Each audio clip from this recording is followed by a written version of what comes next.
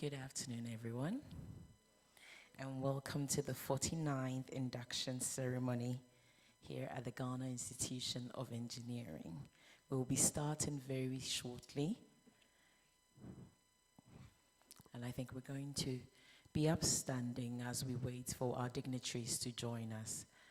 So if the doors can be opened, we'll be joined by our council members, our president, and all our executive body. Can we be upstanding as we receive them?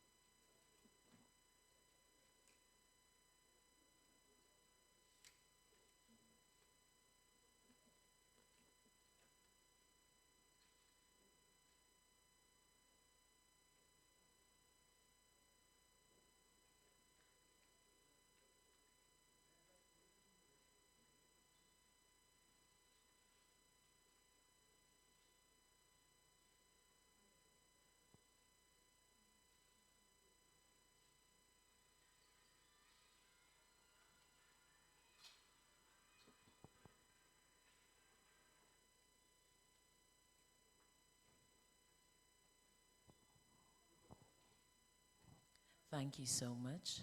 Can we take our seats? I would like to say a massive welcome to everyone to our 49th induction ceremony. And this is actually our second ceremony of today.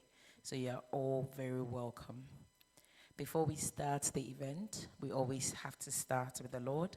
So I'd like to call on Engineer Samuel Boama Dankwa to come and give us the opening prayer. He's not around. Then let me pray. Shall we pray? Heavenly Father, we thank you for today. We thank you for the second 49th induction ceremony. As we welcome all the inductees into our family, we ask that you, the master engineer, you be with them, you guide them, and you help them to become the engineers they are destined to be. In Jesus' name we pray with thanksgiving. Amen. So we'll move on very quickly with our program, but before we do that, I would like to introduce a few dignitaries we have amongst our midst. Let me start off with one of our past presidents, Engineer Dr. Kwame Boakye. Give him a round of applause. He's an astute member of this institution. Let me move on to introduce some of our executives that we have here with us today. I will leave the president for last because he'll be speaking shortly. But let's welcome our incoming president, Engineer Sophia Tijani. Please give her a round of applause. Let's say a massive welcome to who is going to welcome us actually, because we've come into her abode, our executive director, Engineer Dr. Inyunam Kwekwenan. So we have come to her house. Thank you for having us. And if you don't know who your ED is, that's who she is. Let me take the opportunity to also say hello and introduce the chairman of the membership committee. Hopefully most of you are familiar with him, Engineer Dr. Michael A. Bekwe. Thank you so much. And let me take the opportunity to welcome all our council members who have been able to join us. Council members, please can you give us a wave? Council members, thank you all for joining us. And we will be doing more introductions as we go along. We also have two of our directors who are joining us here as well. Please give us a wave. Our directors here from the Ghana Institution of Engineering, and you become familiar with them as the program goes along. But before we move on any further, would want to invite our president, my president, and your president, Engineer Ludwig Ananhesse, to come and give us the welcome address. So give him a round of applause. But before we do that, thank you, Felicia. Before we do that, we will go and move on to the anthem. It's the GHIE anthem, right? National anthem. Okay. Then GHIE. Order is very important. Shall we be upstanding as we sing the Ghana national anthem? And then this will be followed by the GHIE anthem.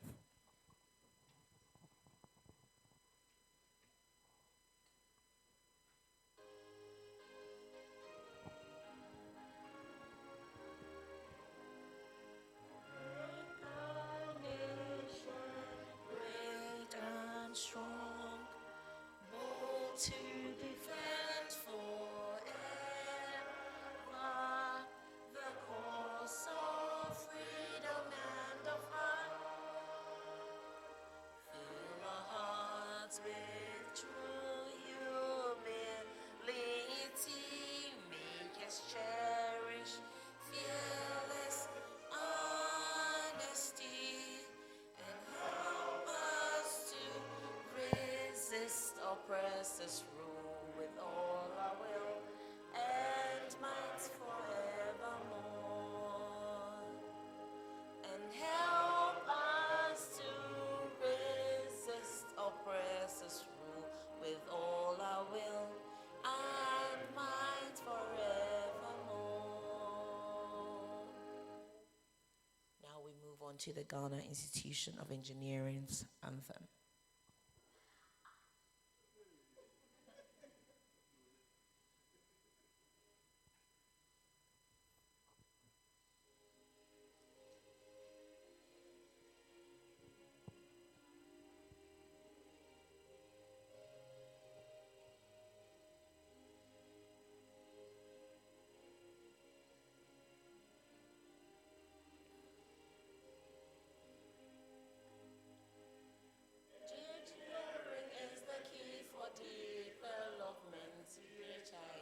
Stands for Ghana's growth.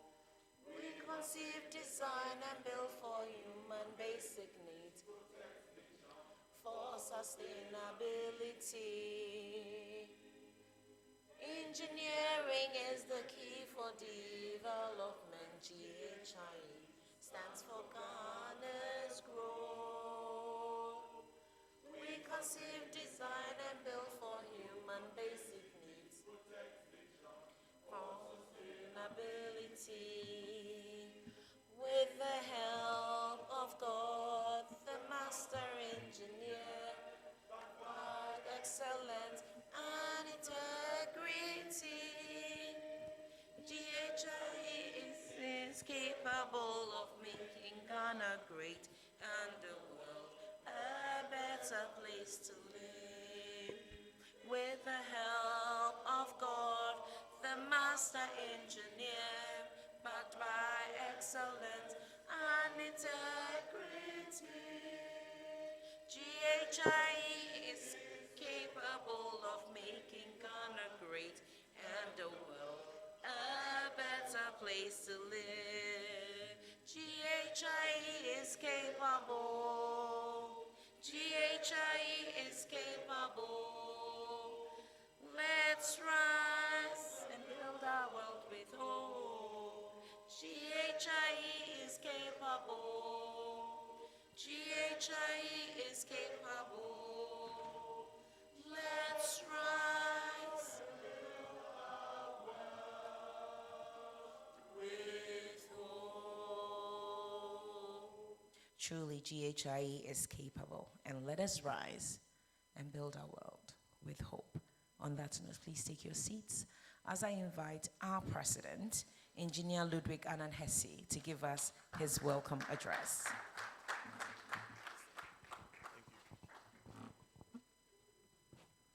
Hello. Hello. Good afternoon. It's a special day, isn't it? It's a good day, isn't it? Just have to say thank you to him. Say thank you to him.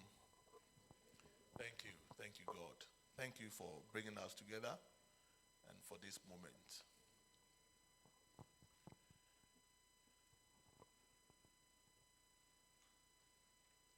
I'm just looking to see if we all look sharp and handsome and beautiful. And if you feel so, shake your shoulders a little bit and let me see. That's good. That's good. That means we are all feeling good. I don't think anybody beats my president-elect yet.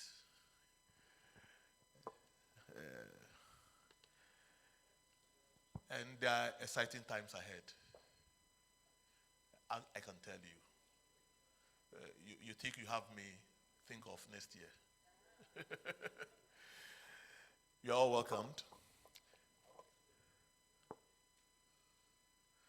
past president of the institution. This morning when we started, when I said it and I looked there were empty seats, but this time there are 2 people there. And we know because, you see, the past president, they are used to us doing this session once in the afternoon. From last induction, we said we're going to do 2 sessions. So even if you invite them for 2 sessions, they know it starts at 2. So I'm sure this place will be filled very soon.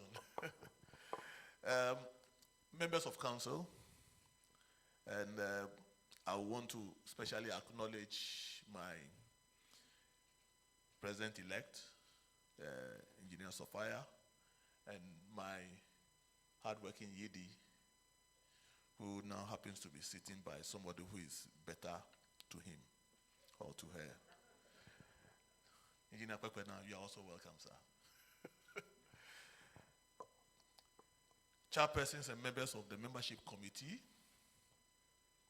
members of the institution, ladies and gentlemen, let me say good afternoon again. And the problem of having 2 sessions of the same program is that as the president, you may have to say some things you said earlier again. But that's what it is. It is a great honor to welcome you to this 49th induction ceremony of the Ghana Institution of Engineering. In fact, this started in the morning in the first session where the civil and the chemical group were inducted.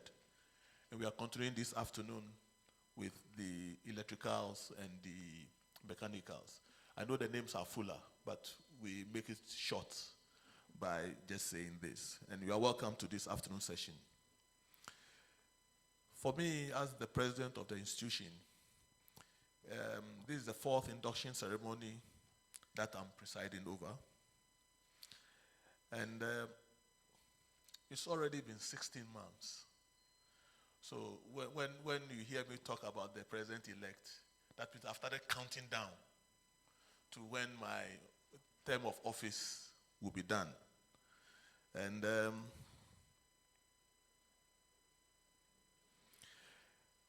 but leadership is not measured only by the length of time that you've spent in office. It is measured by what we do with the time entrusted to us. The institutions are strengthened, the people are inspired, and the future we leave behind will speak well of us. These are the things we strive for in leadership. And so before anything else, I still want to give thanks to God for guiding us this far. And just to say, to him who sits on the throne, and to the Lamb be praise and honor and glory and power forever and ever. Amen.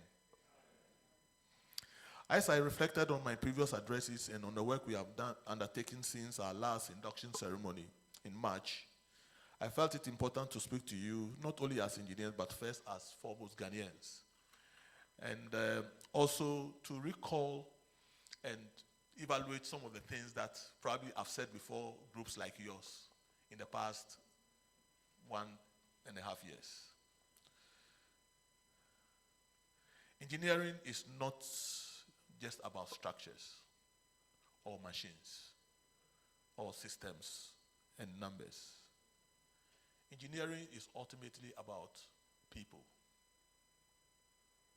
It is about the quality of the roads our children travel on,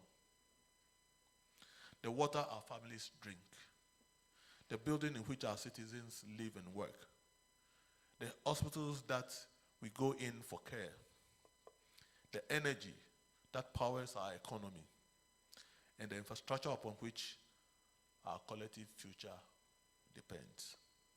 And therefore, as engineers, we cannot remain silent when the systems around us fail. We cannot look at a problem and simply say, that's not my responsibility. Our profession calls us to do more. So let me take a flight and look at a few things before we come to the induction. And my first stop is on the fight against Galamsey. A year ago, and almost a year ago, we were having an induction here. That was my second. And I had to express my condolences and that of the institution to the 8 distinguished Ghanaians who died in a tragic helicopter crash while serving a nation in the fight against illegal mining, what we call Galamsey.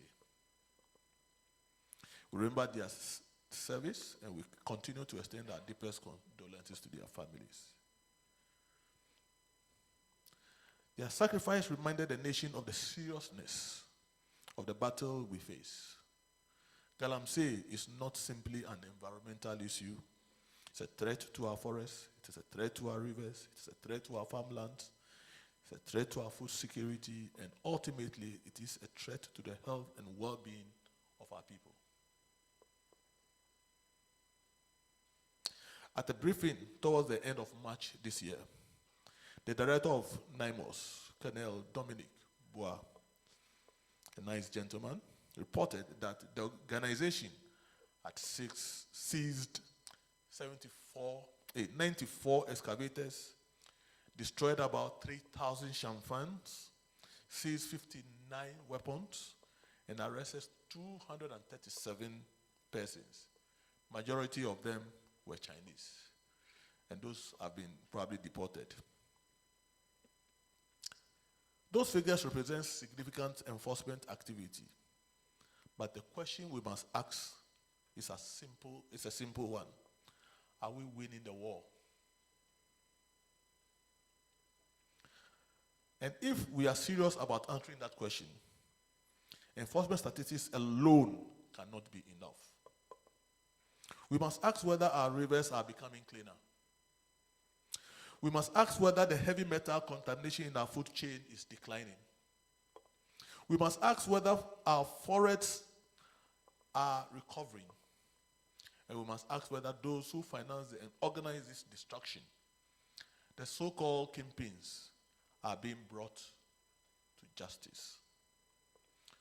Unfortunately, the verdict on the streets on Galamsey remain troubling.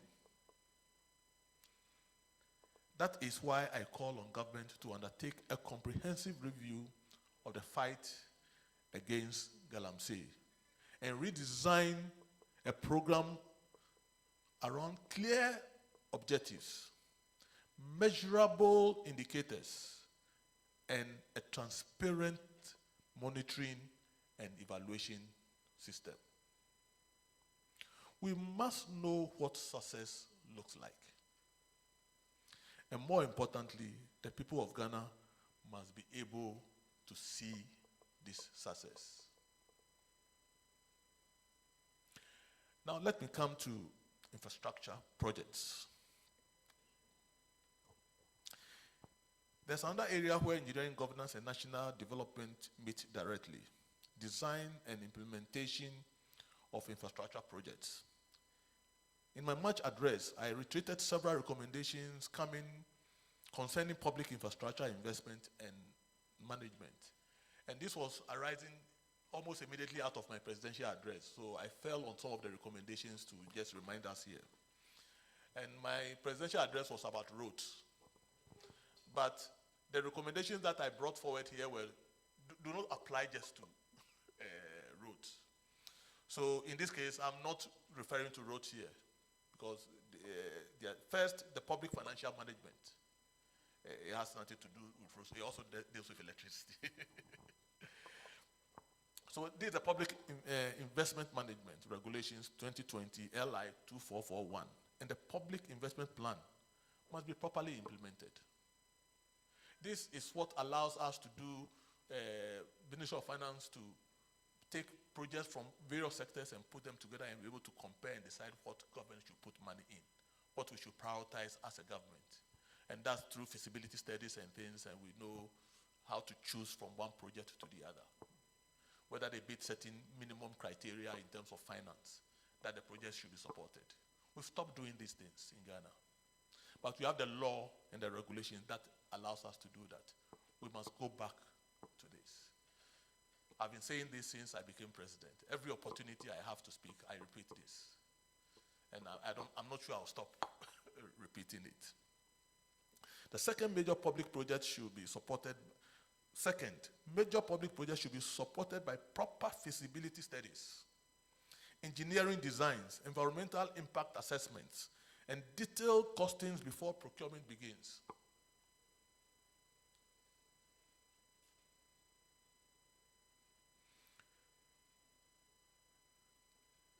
Does it sound right? Are we doing that? And these should be subjected to appropriate professional, peer, and stakeholder reviews. These are recommendations I made in February. I'm not too sure if we are really taking them into account. Third, there must be greater transparency in public procurement, with open, competitive tendering becoming the norm, and clear guidelines governing single source and selective tendering are made. Again, I remember when the original recommendation said that, look, we have enough laws to say that single source and selective tendering is not the norm. The norm is competitive tendering. So you expect that if you are operating such a law, then like 90% of your procurement in terms of value should be through competitive tendering. And a few, like 9% through selective and some 1% through single sourcing, especially for large valued projects. We are not seeing that in our country. And this is something we think we should go back to. And if we need special vigilance for, from other groups, the non-governmentals, with guidelines and things that are transparent that can help us to be monitoring what government does with this is very important.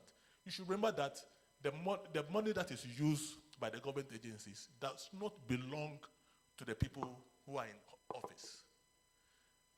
The money that we spend to do things that don't belong to our president. It does not belong to any minister.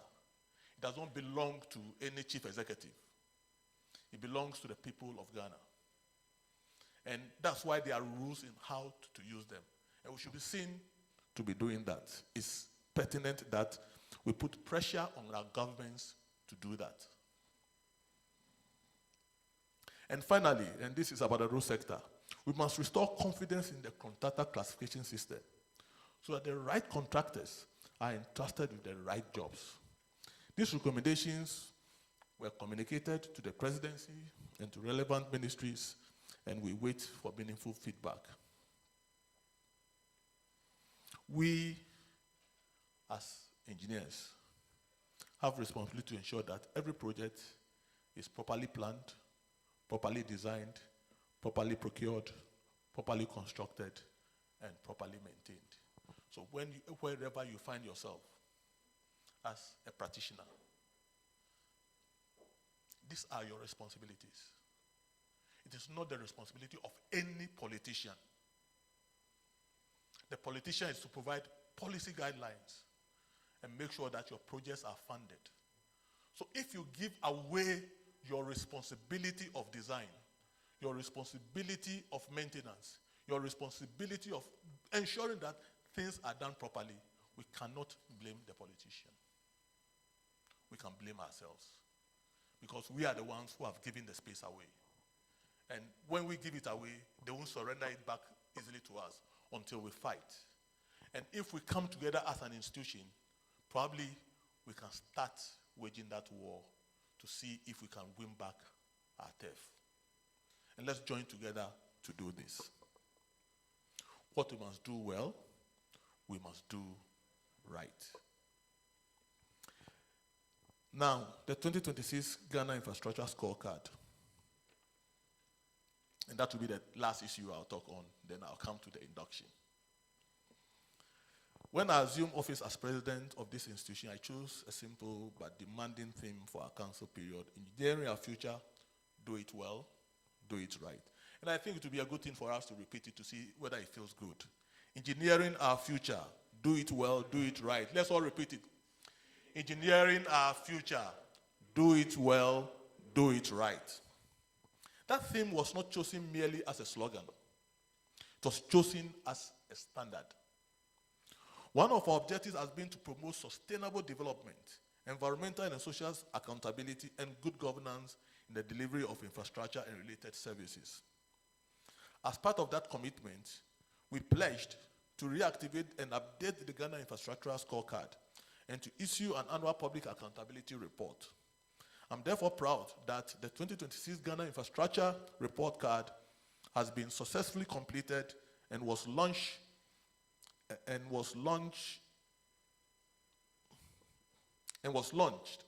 10 years after the first report. That's the word I've written here. That's what I was struggling with. In 2016, the report card assessed electricity, potable water, and roads and gave Ghana an overall grade of D3. 10 years later, we have expanded assessment to 8 sectors: education, electric power, roads and bridges, railways, telecommunication, potable water, health, and aviation. And yet, after expanding the scope of our assessment, the overall grade remains D3. That should make us pause, shouldn't it? It should challenge us. And it should remind us that the infrastructure development is not simply about building more. It's about building better. The report card identifies financing, maintenance, asset preservation, health and safety, and resilience as areas requiring urgent attention if we are to tell a better story in the next assessment, which we intend to issue in 2029. The intention is that we'll try to do this every 3 years. But it costs a lot of money and a lot of effort. So I invite those of you who can help us along those lines to do so. I therefore encourage every member of GHIE to download the report card, read it, and use it. Use it in your professional work. Use it in your advocacy. Use it when engaging policymakers. Use it when speaking in communities, because professional institutions are strongest when their knowledge is placed in the service of society.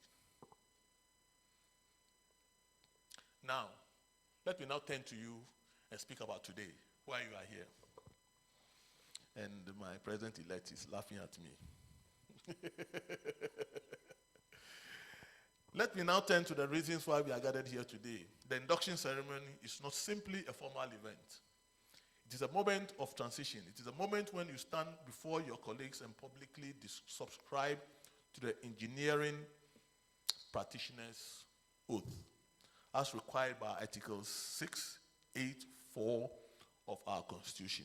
That's the GHIE Constitution. Through that oath, you are admitted to full membership of this institution. I ask you to take that oath seriously. Think about what a vow means. When people take vows in their personal lives, they understand that they are making a promise that carries weight. Your professional oath should carry the same weight. Today, you are not simply becoming members of an institution, you are accepting a responsibility to society. As full members, you will have important rights. The right to vote and to be voted for into constitutionally sanctioned positions of the institution. And you can participate fully in annual general meetings, branch general meetings, and other meetings of the institution. And additionally, I can see the chair for welfare here. You have full rights to our welfare packages. The institution will also certify to the Engineering Council of Ghana that you have the requirements to be licensed to practice under the Engineering Council Act 2011, Act 819.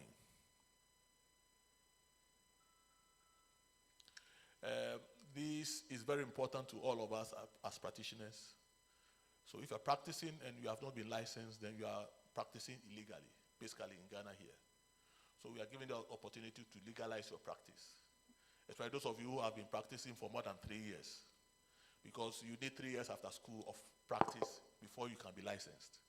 So that means the lawyers probably will call it tutelage or training or apprenticeship. And then you come and take an exam and you are licensed. So if you have been doing so more than that, then, but today you have an opportunity to regularize that. But let me remind you of something equally important. Every right comes with responsibilities. Your responsibilities include paying your subscription and levies. I said, what did I say? Did you hear that? That you have to be doing what? Paying what? And levies. Okay, that's fine. Now, that is a basic demonstration of membership. That you put, if water is coming into the boat, you're allowed to take some out. And if the boat needs to be patched, you need to contribute so that you can patch the boat or keep it on the in sail. So our basic responsibility is to pay our subscriptions, and sometimes they are levies. Now we are doing the engineering village levy, and I just paused to say a little bit about the subscription, because for those of us who are working with big organizations like VRA, ECG, Ghana Water, Ghana Highway Authority, Department of Urban Roads, Feeder Roads, and Ghana Gas, others, the company pays these subscriptions. So normally, you don't personally see it as a headache, because when the bill comes, though we send you a personal bill, we also send a collective bill to the MDs, and they kindly pay for you. Some of them even pay together with the levies for you. So that is normally not too much of a problem for you. We keep reminding the organization, they always pay late, but they pay. So we have a sort of relating with them, and we put the pressure, and then it gets paid. And then you are regularized. But where the problem is of those of you who belong to organizations who have not elected to pay for your subscriptions, that means the responsibility comes to fall on you personally. And recently when we did the audit, Patrick is not here, but the numbers were like what? 5,000 or 6,000 members who have not paid, and most of them are individuals. And it's very difficult to chase the individuals. You can send emails and things. There are some people whose emails are wrong, so when you send it, they don't even get it. So it's important that if your company is not paying for you, then you realize you are on your own. Or sometimes your company is paying for you and you leave, and you are used to the fact that you don't have to think about it.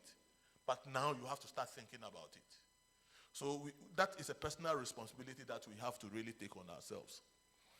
And of course, it stands to reason that you have to obey the Constitution and Code of Ethics and respect the decisions of the institution and this council, and also to undertake continuous professional development, because it's a condition also for renewing your license. When you are going to renew your license for you, we'll have to demonstrate that you've done a certain minimum amount of continuous professional development, and also you have paid your dues or subscription. So these two are very important. And also, the responsibility to mentor other younger engineers. You have the responsibility to mentor and train younger and less experienced engineers so that they can attain excellence in the practice of engineering. Do not measure your success only by the projects you complete or the positions you hold. Measure it also by the people you help to rise. Because if we are going to engineer Ghana's future, we must build not only infrastructure, we must build people. Our theme for this council period, I'm repeating it, engineering our future, do it well, do it right. Today, that theme becomes your responsibility too. When you take the oath of full membership, you make a promise to God, to country, and to society that you will practice engineering competently and responsibly, with the well-being of society at the heart of your professional decisions. The world needs engineers. Ghana needs engineers. But Ghana does not simply need more engineers. Ghana needs engineers who can be trusted. Engineers who will speak the truth when the project is unsafe. Engineers who will refuse to compromise professional standards. Engineers who will protect public resources. Engineers who will respect the environment. Engineers who will put human life above convenience and personal gain. And engineers who understand that technical excellence and integrity must travel together. So as you begin this new chapter, I ask you to remember three things.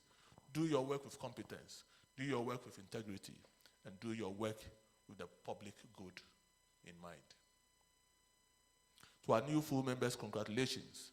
You have worked hard to complete the engineering professional examination and to earn your place among the full members of our institution.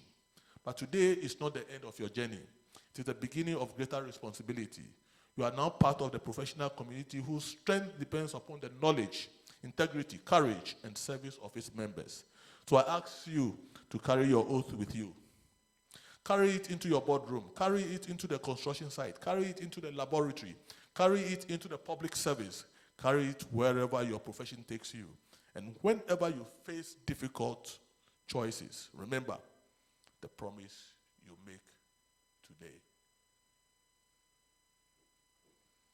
Congratulations to all our new full members. May your careers be distinguished by excellence. May your decisions be guided by integrity. May your work improve the lives of others. And may the Ghana Institute of Engineering continue to be a strong voice for professional excellence and national development. I dare add, and national integrity. God bless you all. God bless the Ghana Institute of Engineering, and God bless our homeland Ghana. Amen.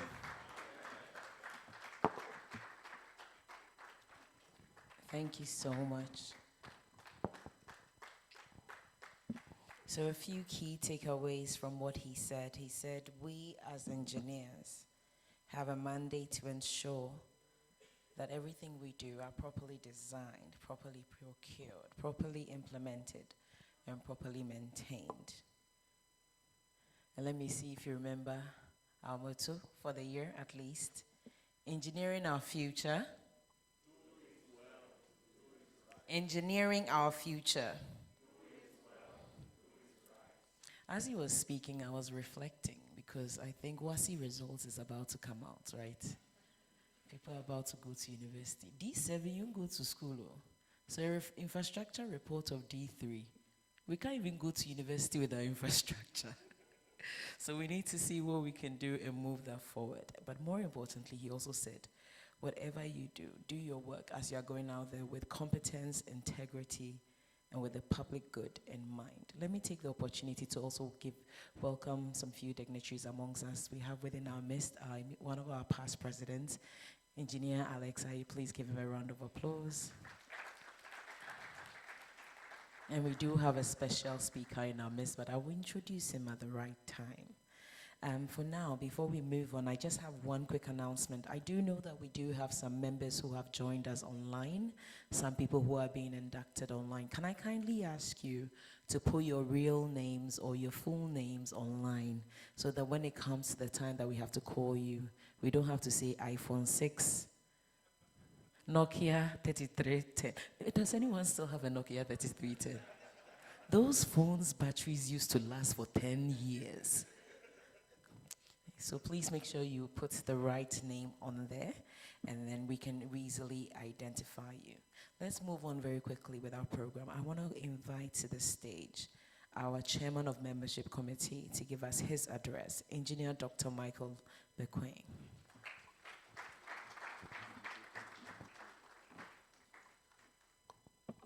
Good afternoon to you all. All right, Engineer President, the immediate past President, he's not here, all right. President-elect,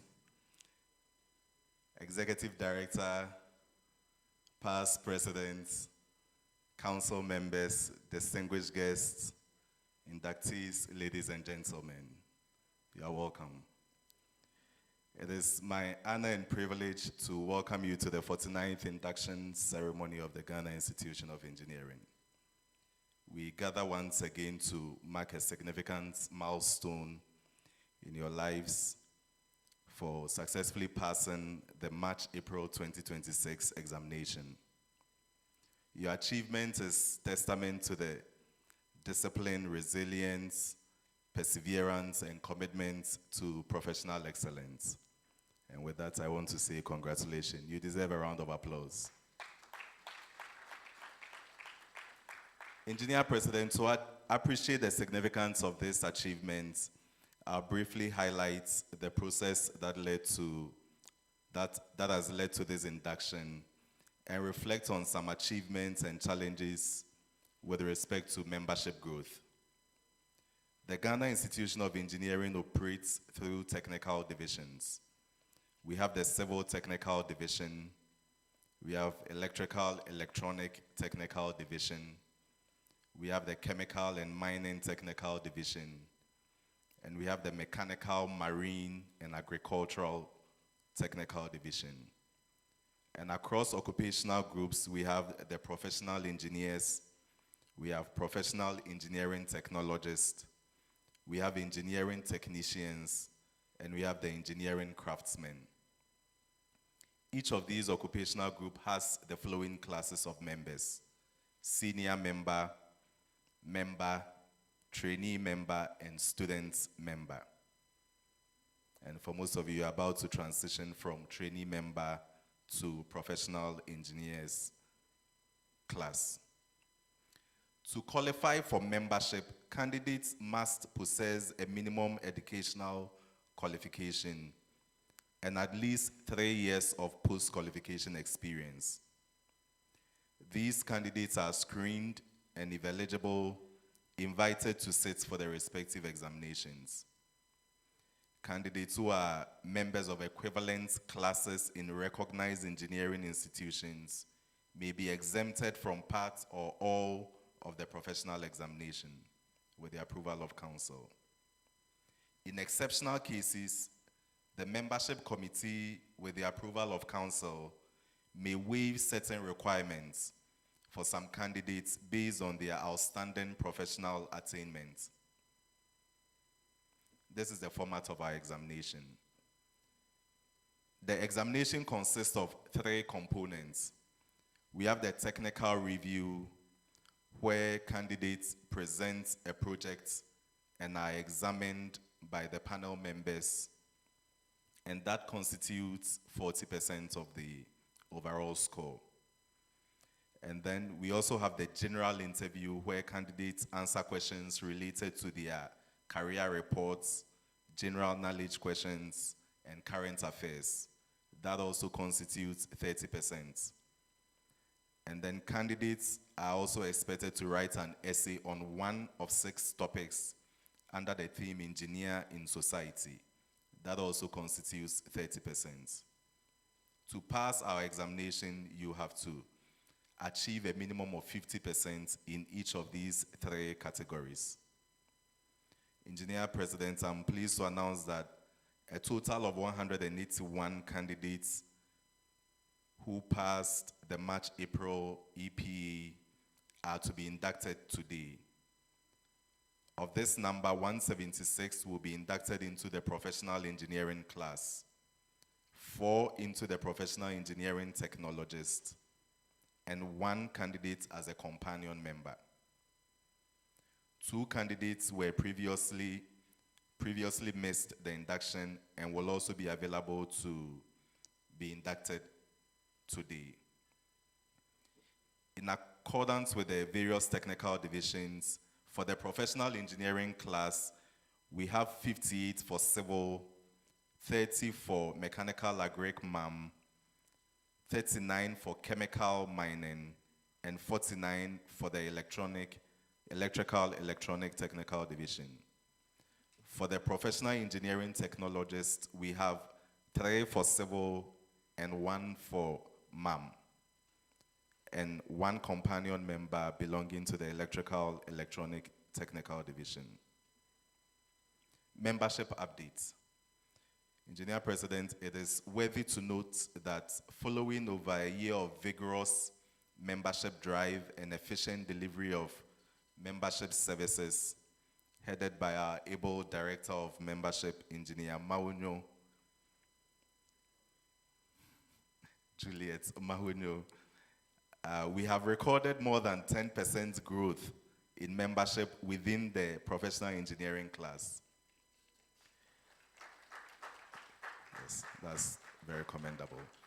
While this growth is commendable, membership growth in the other occupational groups, particularly among the professional engineering technologists and the engineering technicians, remain underwhelming. It is, however, reassuring that with the implementation of the strategic arrangements between GHI and the Ghana Navy currently underway, together with targeted outreach programs we've undertaken this year, particularly at GPHA, Newmont, Anglo Gold, and Jospon group of companies, we anticipate an appreciable increase in registration within those occupational groups.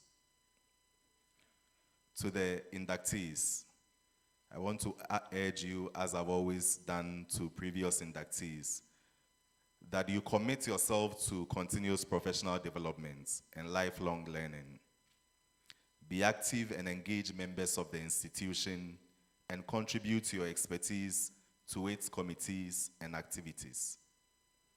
Ensure prompt payment of annual subscriptions and applicable fees to remain engineers in good standing.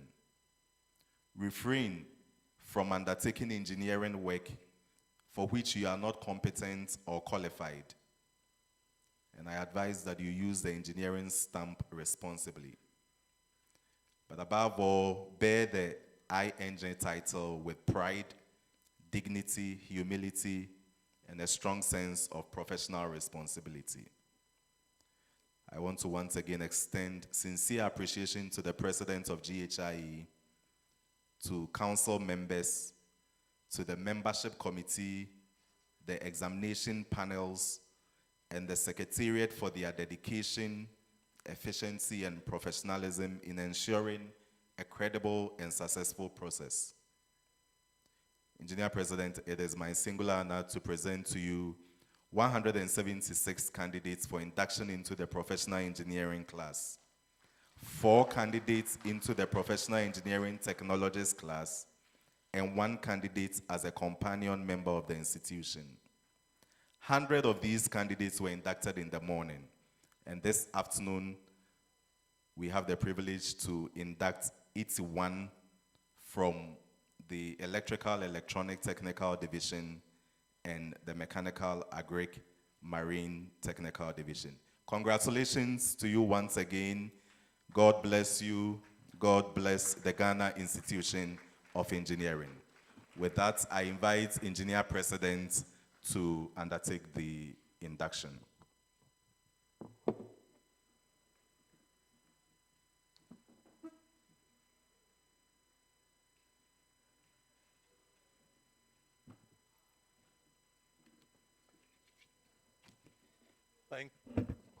Thank you very much, Engineer Chair.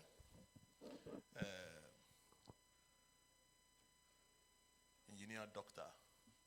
Michael Ankama Bekwe works very hard, and he has a hard-working team that he works with also. He keeps the fire burning, and getting the results out is a tough job, but it gets done, and we are grateful to God for that. Thank you very much. Now, so we are inducting 3 groups of people. First, the PEs, and understand there's 1 PET, that's Professional Engineering Technologist, and then 1 companion in the Electrical Technical Division. Do we have the companion here? Thank you, sir. And do we have the PET here, Professional Engineering Technologist? Are you online? Okay. So we'll start with the mass. Those being inducted as Ps, Professional Engineers. So I'll urge all of you to stand. The Ps, those being inducted as Ps.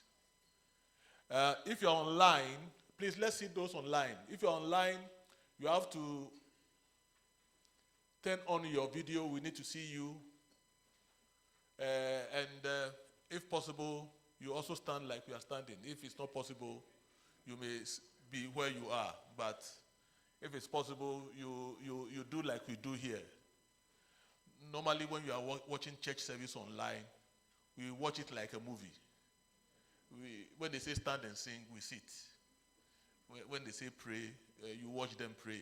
Who is closing his eyes and who is not closing his eyes. Can we see those online, please? Control room. Please, want to see your videos on, please. If you are taking the oath with us, we want to see you. I can see many people without their videos on. Ring is here again with us. He was here in the morning. Who is he? Emmanuel, Engineer Emmanuel. Elton, Richard, Harold, Kofi Asare probably is not, I'm not sure whether it's Engineer Kofi Asare Yaboa. Oh boy, you are welcome online. Your brother is here with us in spirit, in person. So, are these the only people we have online who are inducting? Okay, thanks very much.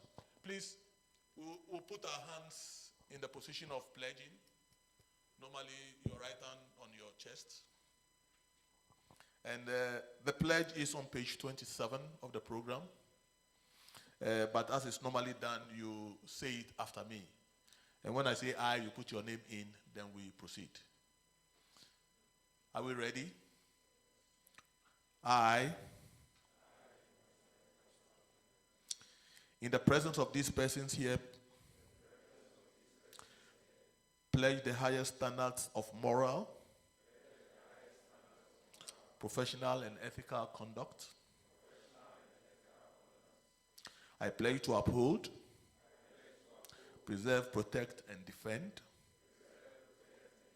the Constitution of the Ghana Institution of Engineering, and shall subject myself to the decisions and directives of the Council, the governing body of the Ghana Institution of Engineering. I shall discharge my duties as an engineer in honesty, fairness, and truthfulness, and shall be just and courteous, exhibiting the highest form of moral philosophy, in as far as it is within my capabilities. I shall cooperate in extending the effectiveness of the engineering profession by my contributions to the training of companions and the safe practice of engineering in the Republic of Ghana and beyond. I pledge to uphold the honor and dignity of the engineering profession, and shall not advertise my work on merit in the self-laudatory manner. In all these, having due regards for the safety of human life, the environment, and property. So help me God.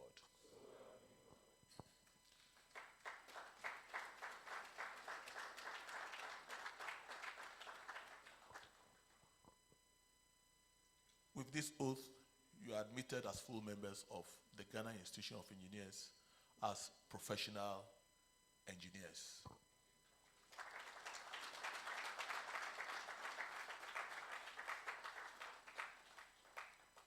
So, in our institution, once you become a professional engineer, you are allowed to use the title ING before your name. So you can take out the Mr. and put ING, there, or the Miss. The ladies don't like to take off the Mrs. So you can do engineer Mrs. And the doctors will not take off the doctor or the professor. So you can do engineer professor. Our ING does not have a dot at the end. It's just ING.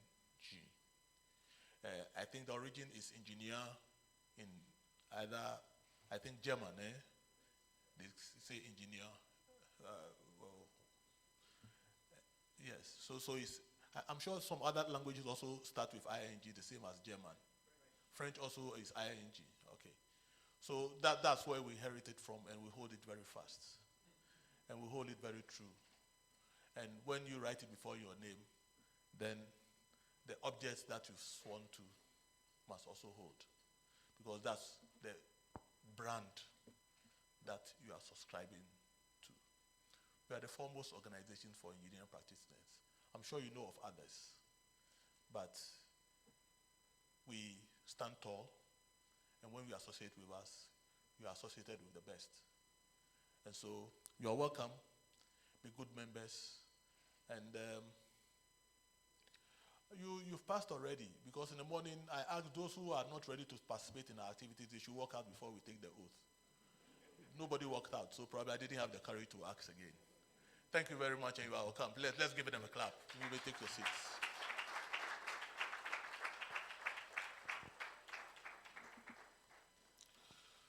So we will take the companion. No more fine touch up with him. Bernard Emerson Okran. Yeah, thank you. Who am I? Okay. But no, you again. But no, you again. Show Chokran. Lena Kain.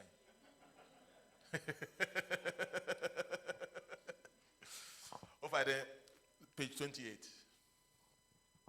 I, in the presence of these persons here, pledge the highest standard of moral, professional, and ethical conduct.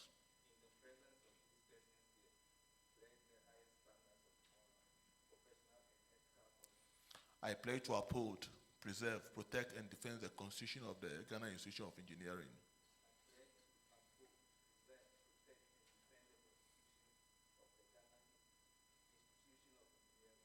And shall subject myself to the decisions and directives of the Council.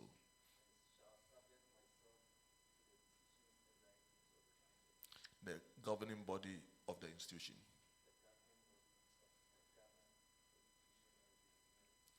I shall discharge my duties as a companion in honesty, fairness, and truthfulness.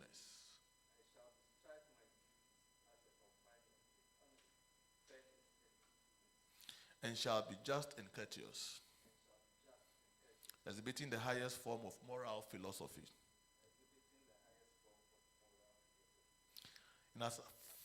In as far as it is within my capabilities. I shall cooperate in extending the effectiveness of the engineering profession.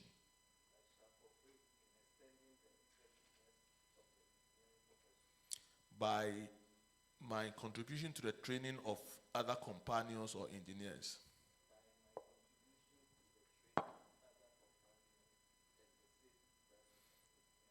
In the Republic of Ghana and beyond.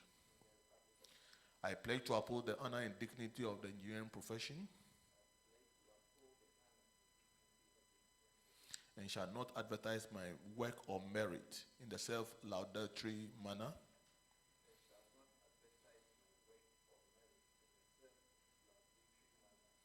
In all these, having due regards for the safety of human life, the environment and property. So help me God. Amen.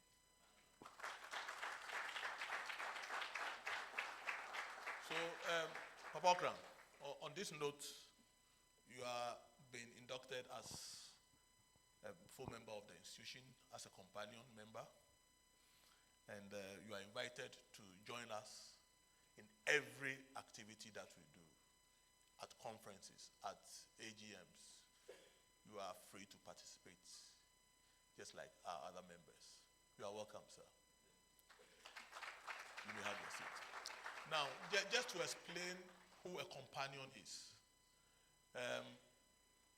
Normally, to become a member of the institution, you have to have a degree in engineering from a recognized institution, a recognized degree in engineering from a recognized institution to become a PE, for instance. And so that is a starting point. And then you should have practiced in an engineering organization under professional guidance for at least 3 years. Then you write an examination, then you become a member.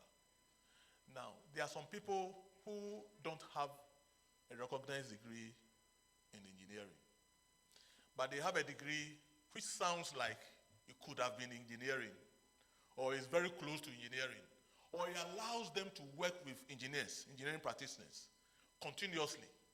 And sometimes they become probably more proficient practitioners of engineering than those of us who practice. But because they don't have the basic degree, when they come to us, we say, oh, we are not engineers. So we allow such people to join us as companions. Once we recognize that they have a qualification that is relevant, but it's not engineering, and they've also practiced in the environment of engineers, and they've come to learn the practice of engineers sometimes. So we say, come and associate with us, come and be our companions, though we are unable to give you our full stamp and say you can fully practice as an engineer because you don't have the basic qualifications. So that's the level of companionship. So for Mr. Okran, when he came, we evaluated it and we thought, look, instead of, we can't say no to you, but can you come along as a companion? They'd say, oh, I'm willing. And we are happy that you are with us. Other people come, and when you say, can you join us as companions, they walk away.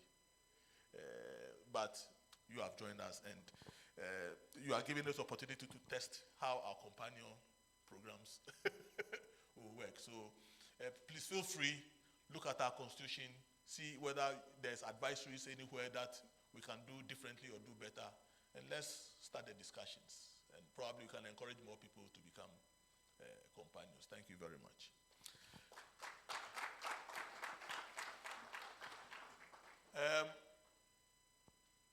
Our PET, Professional Engineering Technologist. If you're online, can we see him?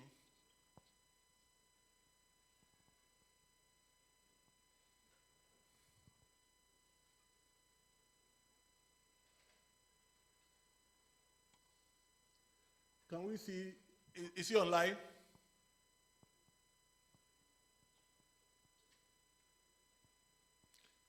If it's not online. No, okay.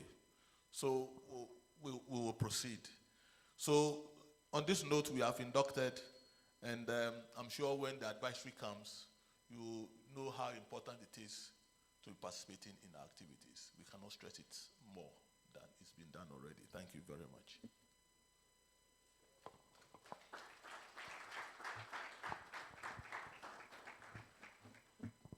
All right, thank you very much, Engineer President. At this moment, we are going to present inductees with their certificates. And so I'll ask Engineer President to come upstage, and then Chair of Electrical, Electronic, Technical Division, join Engineer President upstage. So the inductees, the order is going to be, you receive your certificate from Engineer President, and then don't be in a rush to go. You greet the Chair of Technical Division, and then you move over here, and then you take your picture before you exit. Is that clear? Fantastic. All right, so we'll start with Electrical, Electronic, Technical Division, and I have the first candidate, Engineer Adjoa Ejewa Asamoah. Resoundly give it to her. Engineer Adjoa Ejewa Asamoah.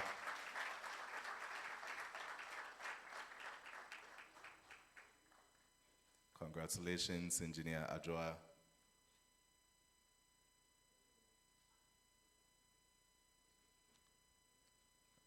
Thank you. I present Engineer Albert Jolie Ninsao.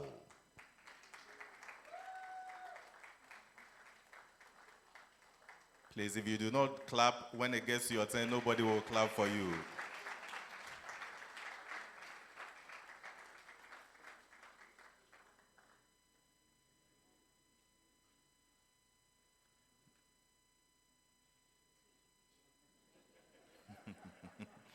Then I have Engineer Paul Kweku Owusu.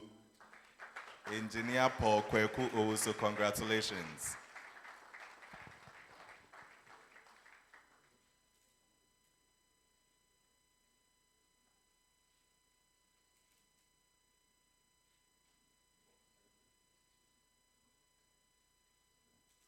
Next on the list is Engineer Blessing Sam Brookman.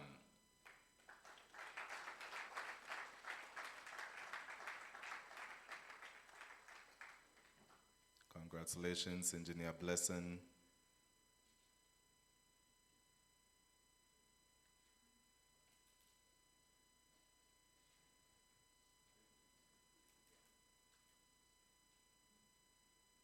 We have Engineer Caleb Tete Jabano. Engineer Caleb Tete Jabano.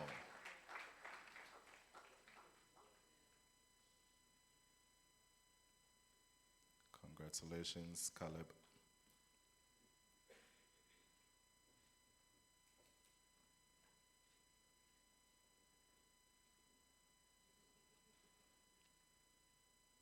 I present Engineer David Kwashi. Engineer David Kwashi. I hope your guests are around. Inductees, we want to hear your guests here. Engineer David Kwashi, congratulations.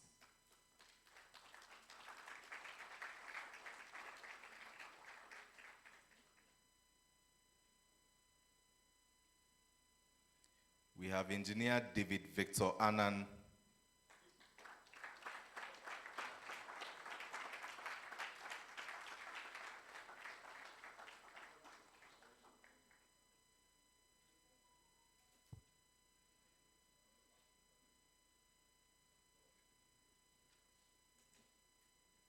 I have Engineer Divine Della Ajamani.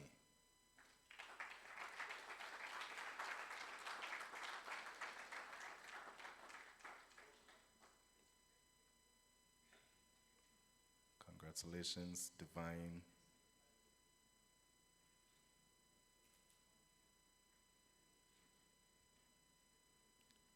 Let us do it for Engineer Dr. Roger Kwao Ahiadome.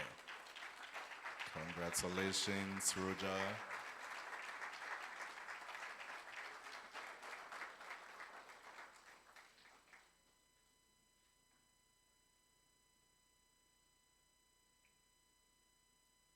Engineer Edward Bevala. Engineer Edward Bevala.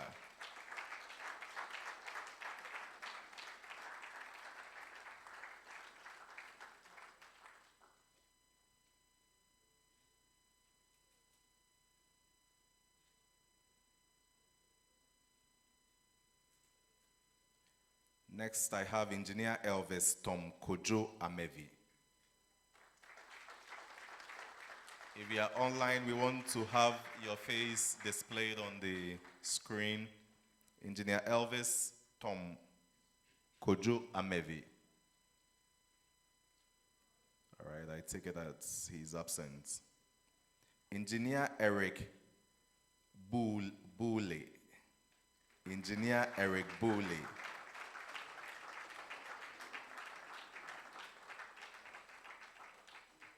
Congratulations, Eric.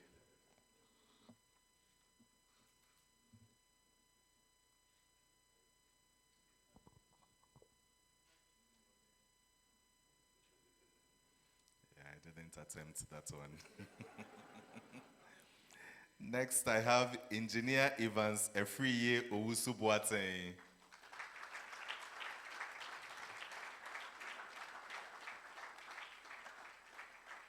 Congratulations, Evans.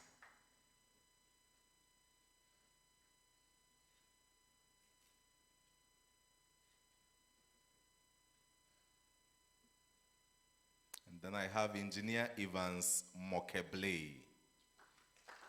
Engineer Evans Mokeble.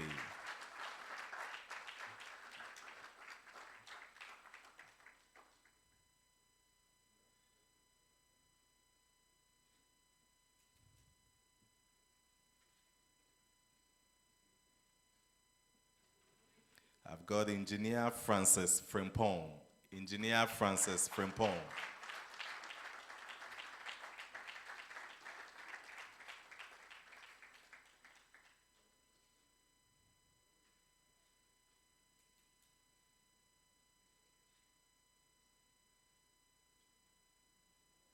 I proudly present Engineer Hilary Kafui Gail Ado.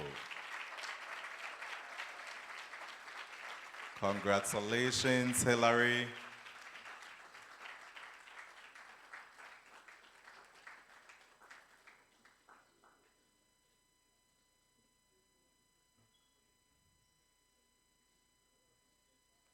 Engineer Jesse Osnia Danladi. Engineer Jesse Osnia Danladi, I equal to you. Are you online? Congratulations, congratulations. Next, I have Engineer Jesse Wright Nate Amano. He is right here with us as he comes up majestically. Give it up to him.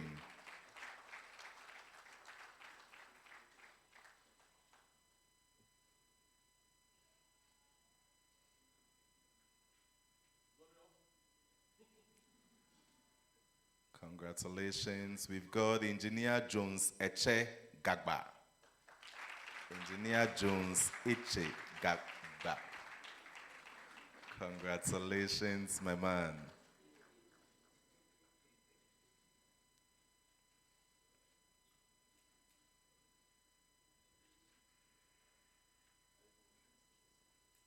And then, even if you are tired, do it for Engineer Jones Kwekudia, my compatriot and working colleague.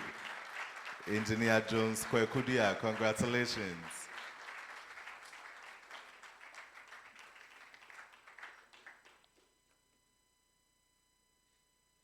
This is work discrimination. Do it for him, do it for him, Engineer Jones. And then I have Engineer Cabral Alueke. Engineer Cabral Alueke.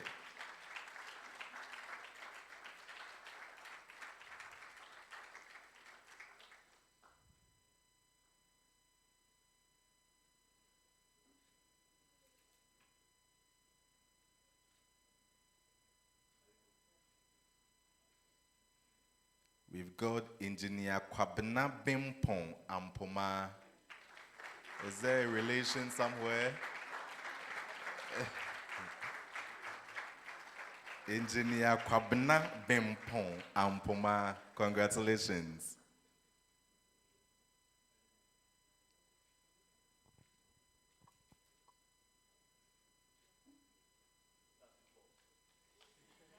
Okay. Engineer Mauli Tete Fiati.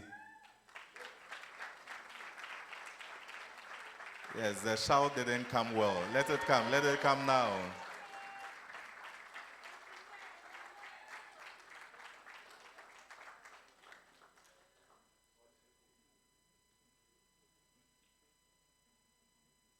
And then I have Engineer Michael Akwesi Akole.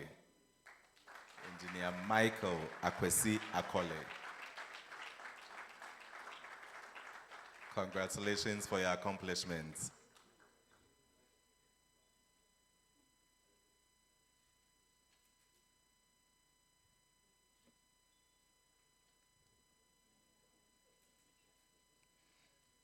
I've got next Engineer Philip Owusu Kwesi.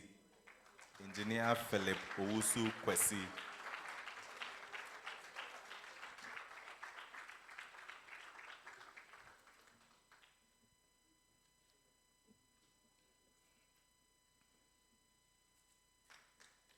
Congratulations. I've got Engineer Prosper Asiwe Asobara. Congratulations, Prosper.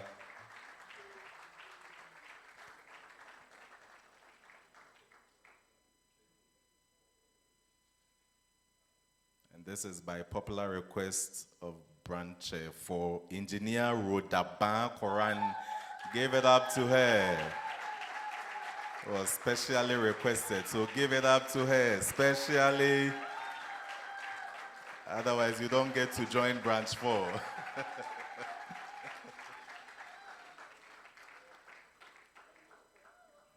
Congratulations, Rhoda. And then I've got Engineer Richard Appiah. Engineer Richard Appiah.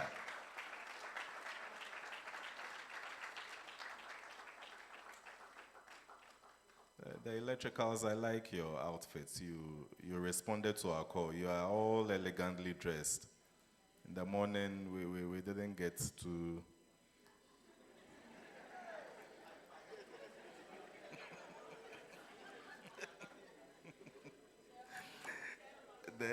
Yes, my own civil in the morning, we weren't really impressed. Electricals, you are doing so well. I like that. Engineer Richard Sechi. Engineer Richard Sechi. Congratulations.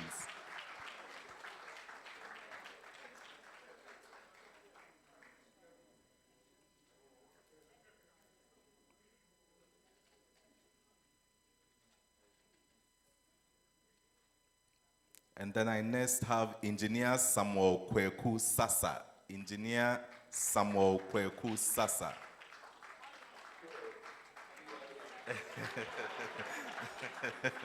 Congratulations, Engineer Samuel. I've got next Engineer Sebastian Deladem Ahiable.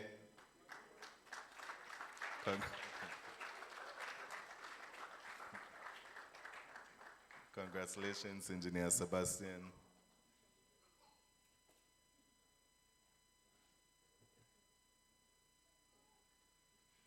I present Engineer Silas Esiedu Asamoah.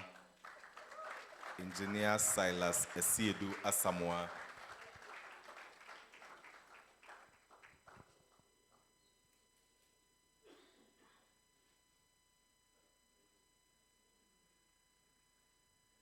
A better applause for Engineer Stefania Abla Homawu.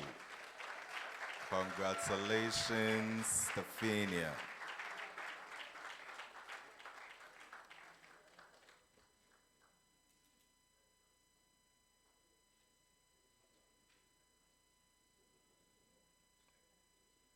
I present Engineer Sylvester Saka. Engineer Sylvester Saka.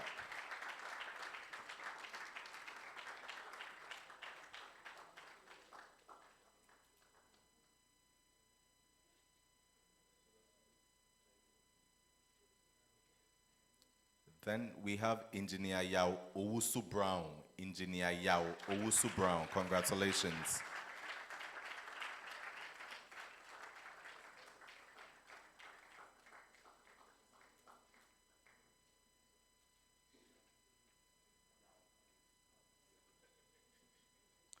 Next, we have Engineer Amos Edu Jemfi.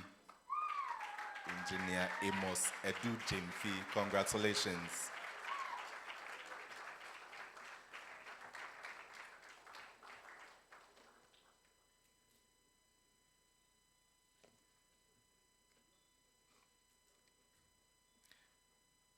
Then I have Engineer Kalek Bennett Dugan. Congratulations, Kalek.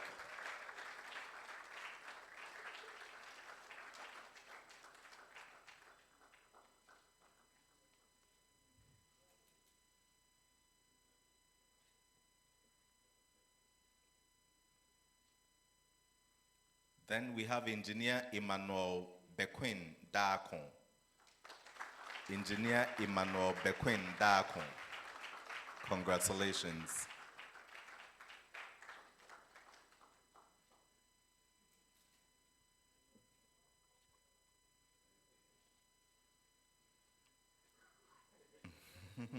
Engineer Gifty Ohinewa Butri. Are you online?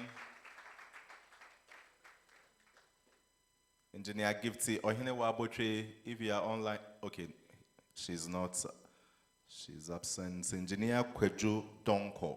Engineer Kweju Donko.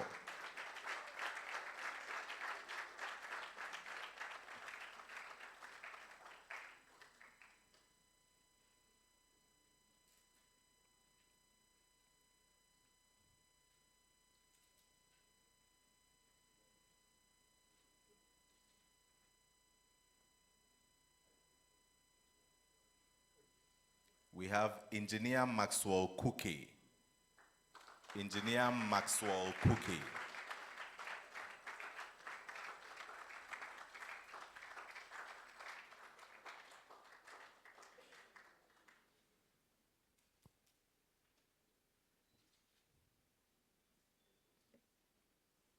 I'm happy to present Engineer Sarah Aluti. Engineer Sarah Aluti. Congratulations.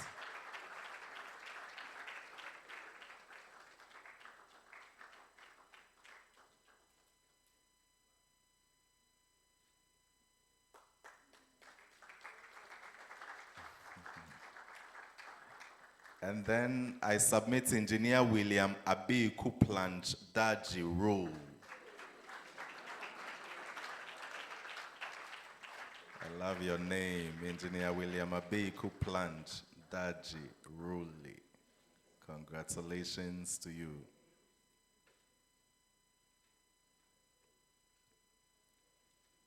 And then we have Engineer Wisdom Kwesi Jansa. Engineer Wisdom Kwesi Jansa. Congratulations to you.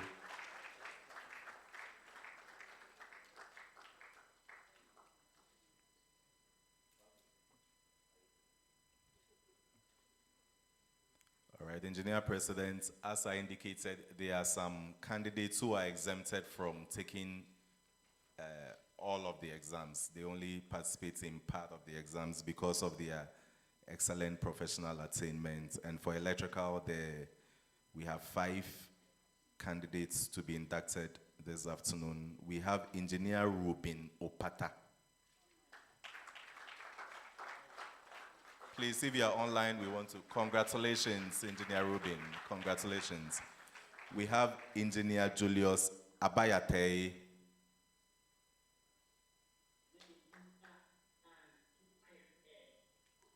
He didn't show up. Okay, absent. Then we have Engineer Kofi Intim Yabua Kodie. Congratulations, Engineer Kofi Intim.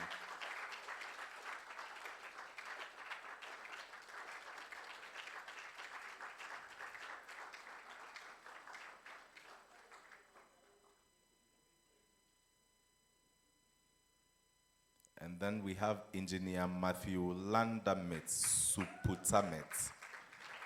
Congratulations, Engineer Matthew.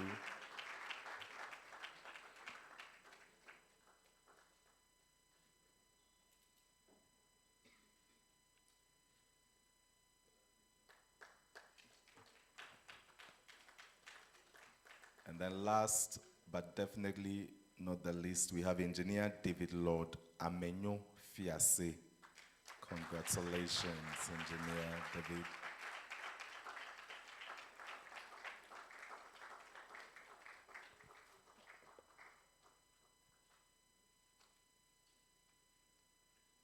Actually, I was wrong. And then the companion member belongs to the Electrical Technical Division, and so I invite Mr. Bernard Emisa Okran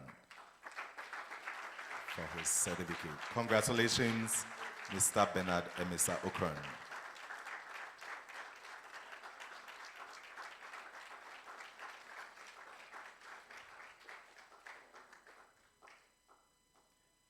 And with that, I will invite you all to give a round and clap to the Electrical Electronic Technical Division.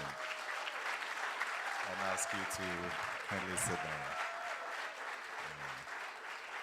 If there was a special award I can give, I'll give it to that division. That's well organized. I like it. Okay, I then invite past President Leslie Aye to join President upstage as we present the certificate for Mechanical Agric Marine Technical Division. And the first to receive his certificate is Engineer Edu Kelvin Ofori.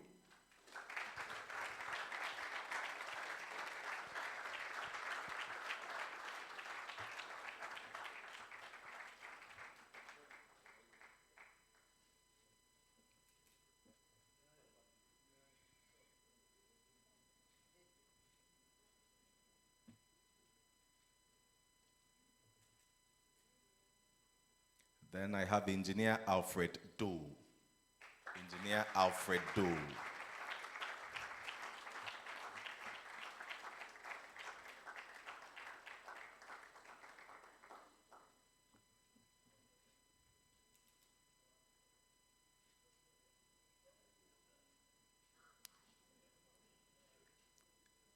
Then I have Engineer Andrews Herbert Dasa.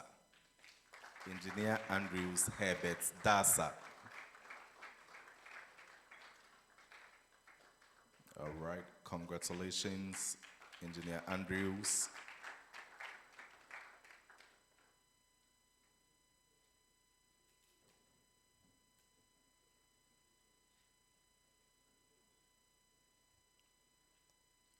Then I've got Engineer Anthony Edusei Jantua. Engineer Anthony Edusei Jantua. All right, congratulations, Engineer Anthony. All right. And then I've got Engineer Belinda Della Adevo. Congratulations. Please do it better for her.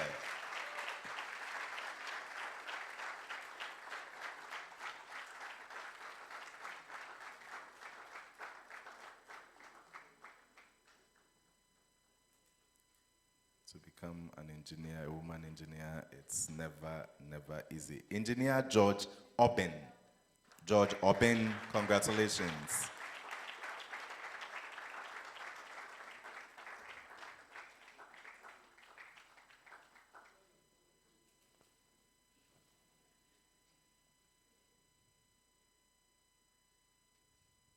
Engineer Clemens Kweju Boateng.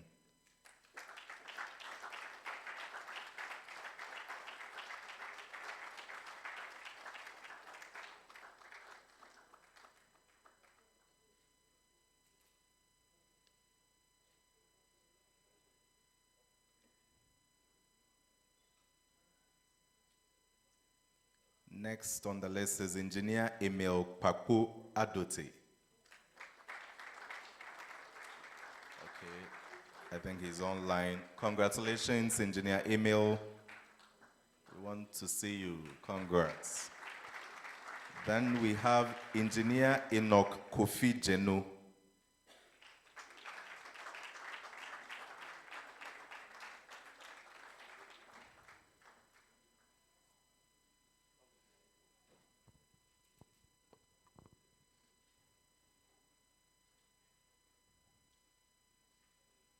We've got Engineer Eugene Atta Aikins.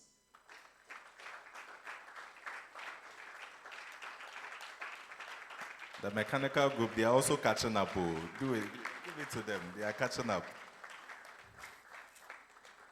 Congratulations, Engineer Eugene.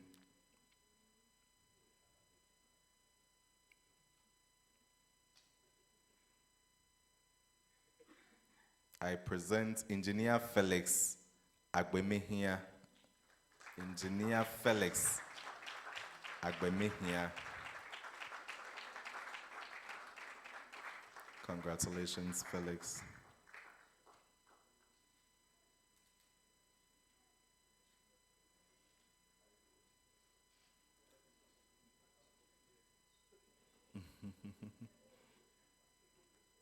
And then there is another Engineer Felix Adiche. Engineer Felix Adiche.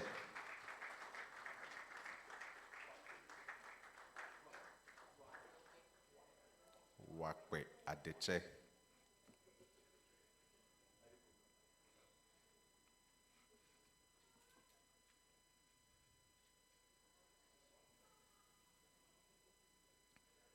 Engineer George Agric.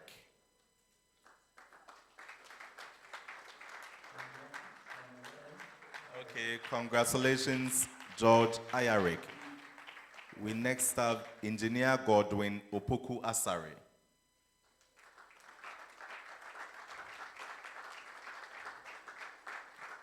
Yeah, he is competing with the chairman of membership. Okay, all right, I like that.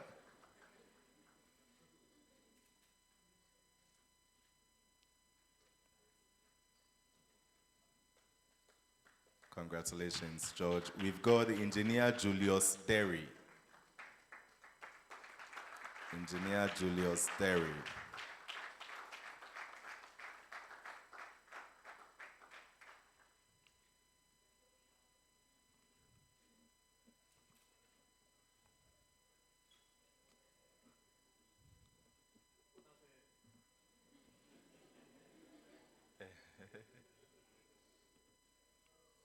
Congratulations, Derry.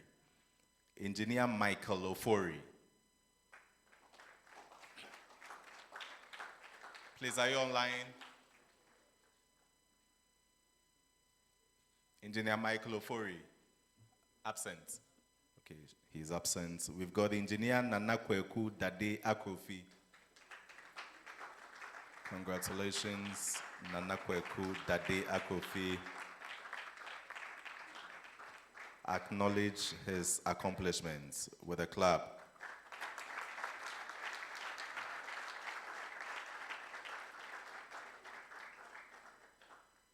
Let's acknowledge Engineer Peter Kobna Anan.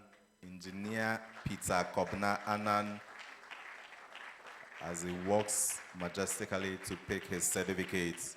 Congratulations, Engineer Peter.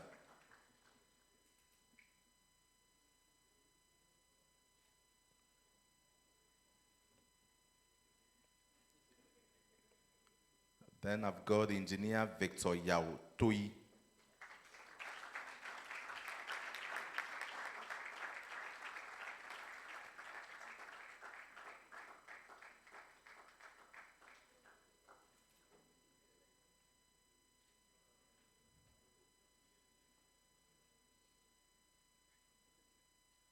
And then I invite Engineer Zoe Lois Puku. Let's do it for her.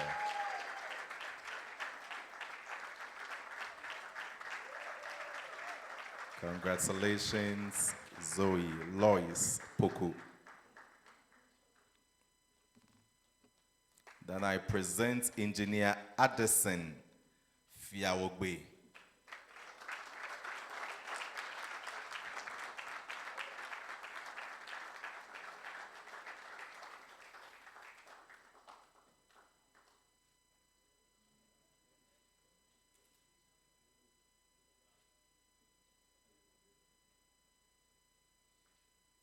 Then I've got Engineer Daniel Boateng Agbesi. Engineer Daniel Boateng Agbesi. Okay. Yeah, online we want to see you. Congratulations, Daniel.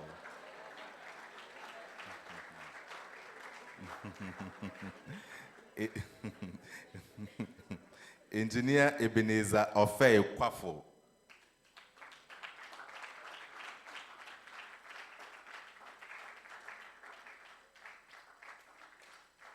Congratulations, gentlemen. Engineer Ebenezer Ofei Kwafo.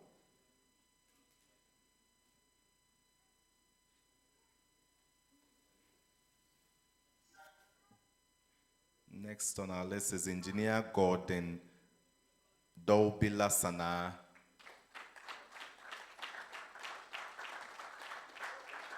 Please, let's do it for him. Let's do it for him. Engineer Gordon Sana, congratulations.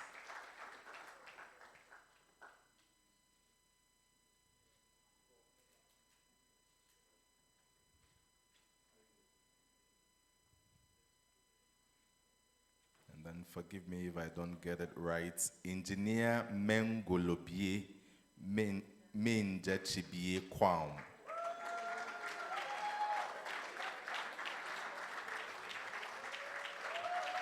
Congratulations.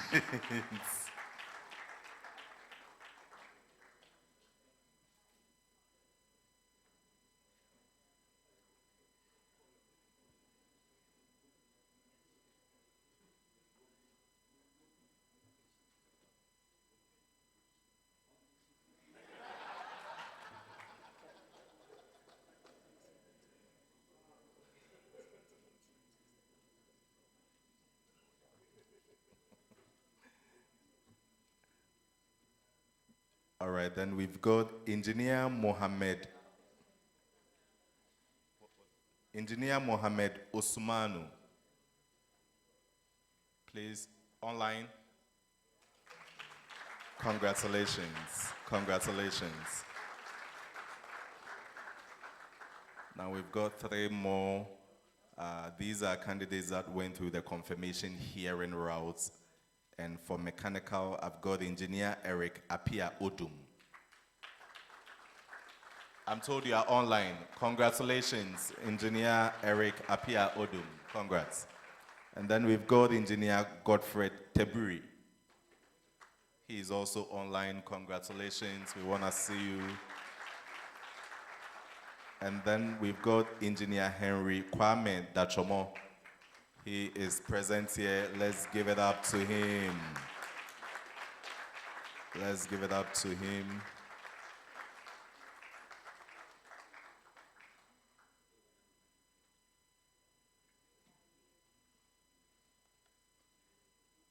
And then I just want to be sure, there was one professional engineering technologist.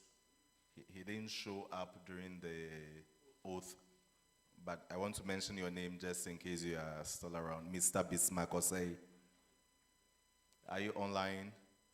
Mr. Bismarck Osei. What's your name?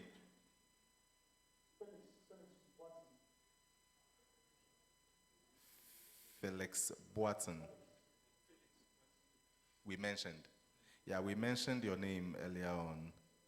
So congratulations, Felix.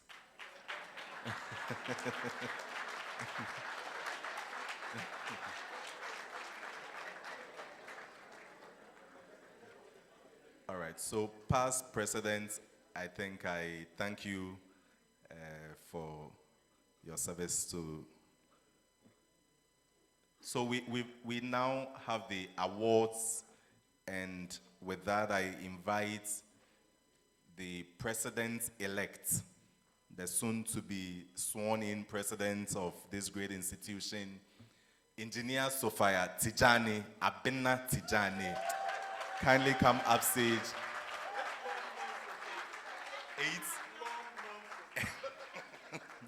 8 long months from now.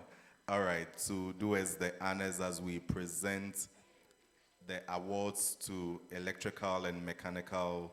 And so the best candidates for the electrical, electronic, technical division goes to Engineer Jesse Osnia Danladi. Oh, online. Why is it that all the best students are? All right, and for mechanical, we've got Engineer Nana Kweku Dade Akrofi. Congratulations.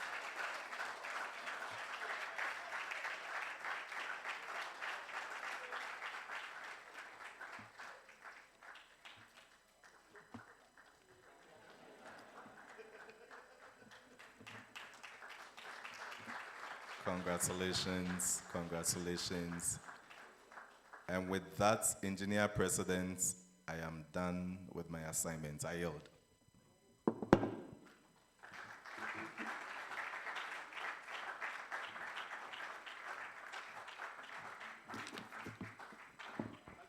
Thank you so much, Engineer Dr. Michael Bequing. And a massive congratulations to everyone, to all the inductees, which means that officially you are all members of GHIE now.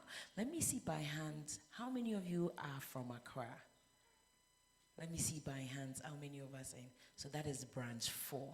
How many of us are from the Kumasi area? Do we have, oh, we have them here, so branch 1. Hey, now you're going to test me. We have branch 6. Branch 6 is those from the Volta and OT region. Let me see by hands, do we have any here? Oh, wow, thank you so much for coming all the way. Then we also have branch 5, Tamale. Do we have anyone from Tamale either here or like, oh, congratulations. North, Upper, all those areas. Thank you so much for making it here. Branch 3.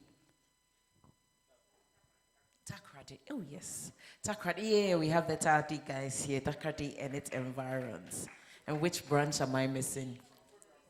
Eastern region. Eastern, there's so many neighbors.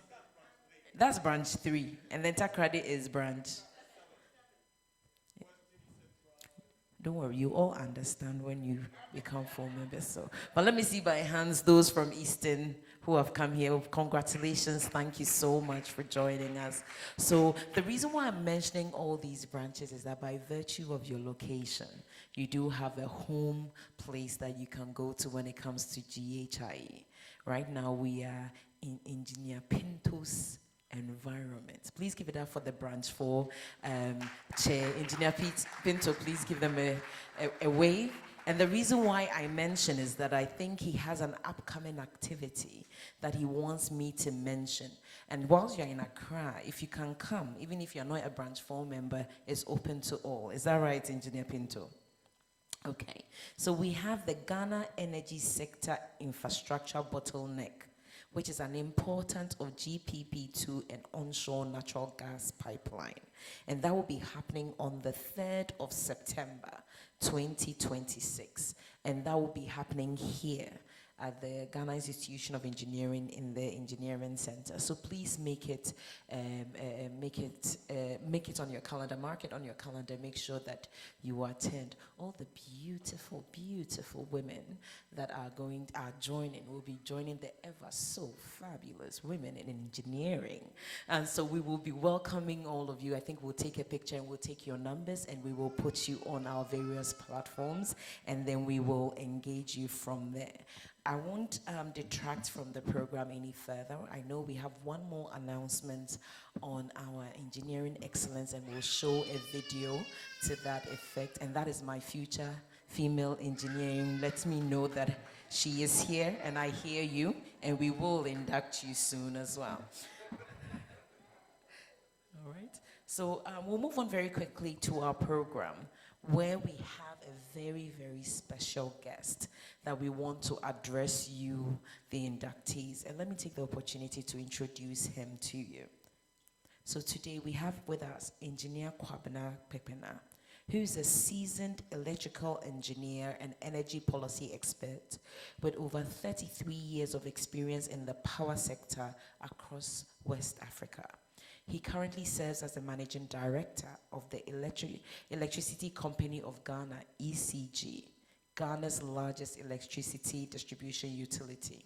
Since assuming office in February 2025, he has led efforts to improve ECG's financial and operational performance and was recognized as the Energy Sector Recovery Program Champion of the year 2025 by the Minister for Energy and Green Transmission.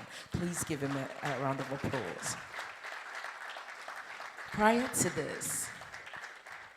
this role, Engineer Pepena served as Chief Operating Officer of the Liberia Electricity Corporation and earlier as Chief Operating Officer of the Millennium Development Authority, where he played a key role in major power sector infrastructure and reform programs.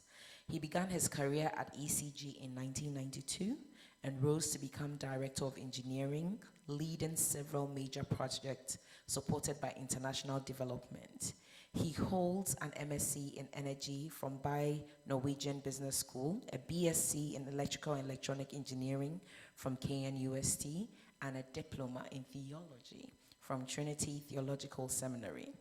Engineer Pepena is a Fellow of the Ghana Institution of Engineering and currently serves on Ghana's Electricity Market Oversight Panel. He's also a co-author of the book Understanding Power Transmission Financing. And you all attest, nowadays when the lights go on, within 30 minutes they tell you why. And they fix it. And that is because he's at the helm of affairs. Ladies and gentlemen, with a round of applause, it's my pleasure to welcome to the stage Engineer Kwame Pepena as our distinguished special guest to give us an address.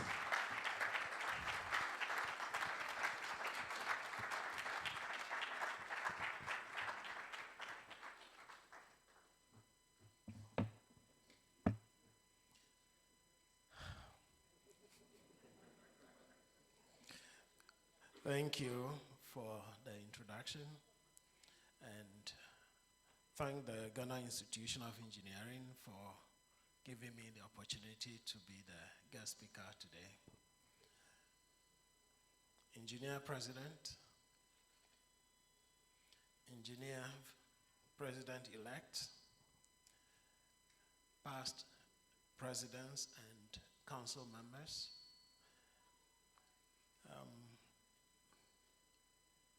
members of the current council who are present here, fellow engineers, newly inducted professional engineers and companions, distinguished guests, ladies and gentlemen, good afternoon. So I'm an engineer, so I don't speak like Obama or Louis Farrakhan. Good afternoon. I want to start with a confession. I graduated in 1991 from the premier university in Ghana. Soon after that, I was assigned to evaluate a procurement request from the electricity company of Ghana. I was working at the Ghana Supply Commission, and this request was for ring main units.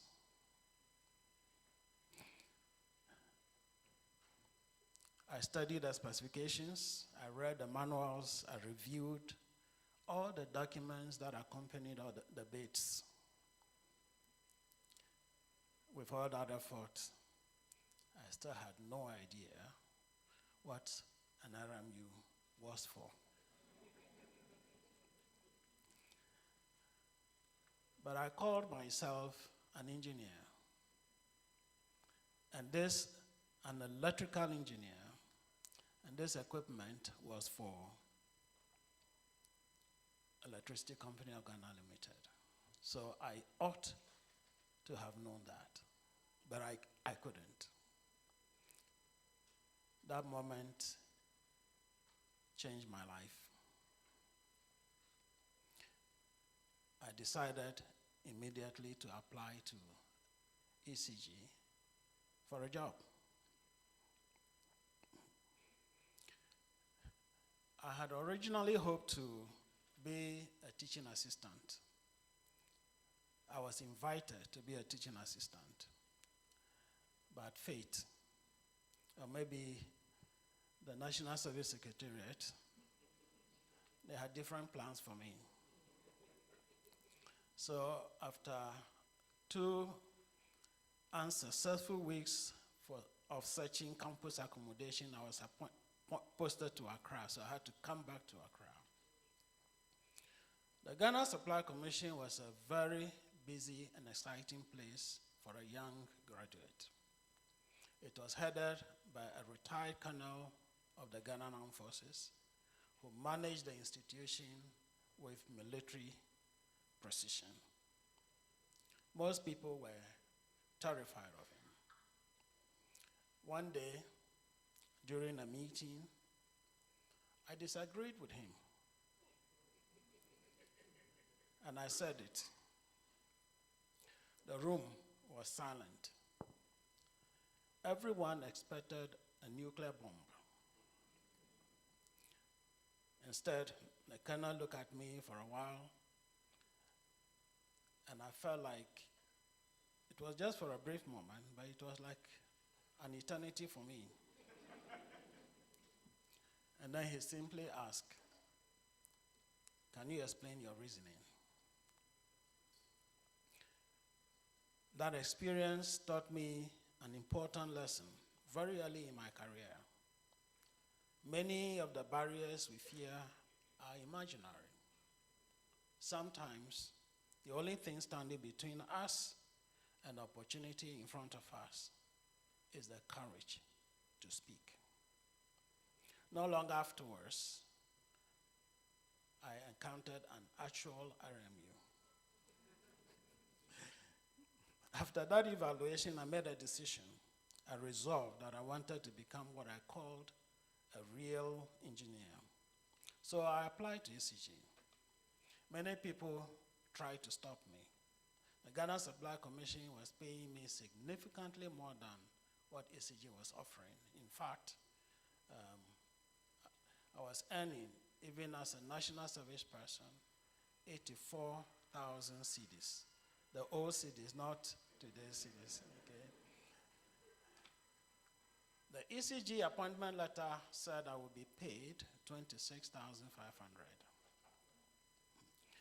The colonel himself encouraged me to stay and gave me many promises, but I chose the opportunity to learn engineering over the comfort of a higher salary. Looking back today, it remains one of the best decisions I ever made. Recording in progress. At ECG, I joined the protection and control team in the sub-transmission unit. After 8 months, I entered a 2-year rotational program working with teams responsible for transformer maintenance, underground cables, overhead lines, switchgear, control operations, and low voltage fault maintenance. Those years taught me that engineering excellence is built not only in the lecture halls, but also in substations, workshops, control centers, and on fault locations at 2 o'clock in the morning. Eventually, I settled in protection and control and became ECG's chief commissioning engineer. What that meant was,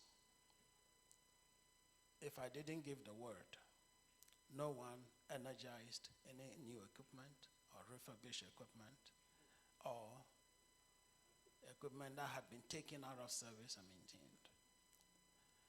You must say it is okay before anyone will put power in it.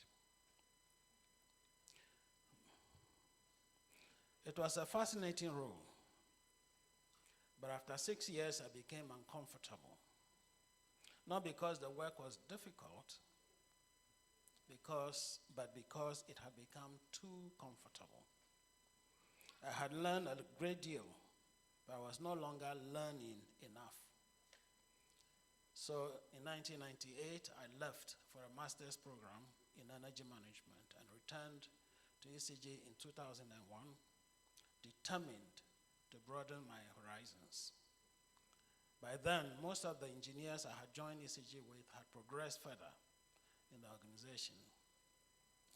Rather than complain about them, I decided to focus on applying my new knowledge and letting my work speak for itself. Within 1 year, I became senior electrical engineer, acting manager, and subsequently a substantive manager in charge of network operations. One day, after I investigated an electrical fire incident and submitted my report, the general manager at the time walked into my office and said, "I want you to manage my network operations for me." I learned something important that day. Organizations are always looking for people who can solve problems. Ironically, after successfully moving into network operations, I was transferred back to protection and control in 2003, despite all my protests. At the time, I thought it was a setback. Today, I know better. Some of the career moves we resist most strongly, are often the ones that prepare us best for the future. In 2005, I applied for a general manager position. Virtually, everyone told me I shouldn't waste my time. The position, I was informed, was already meant for someone else. I didn't listen. I applied anyway.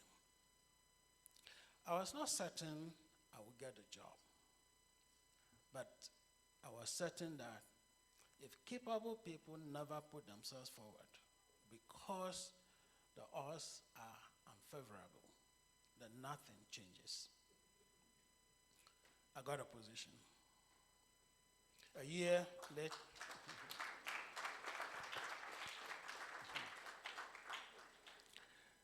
later, another opportunity emerged.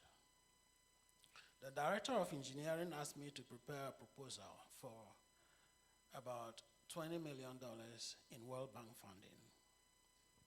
I had spent all my entire career until that point in operations. Project development and financing were not areas in which I had any significant experience. Quite frankly, I didn't know where to even start. But I accepted the challenge. 8 weeks later, I submitted the proposal.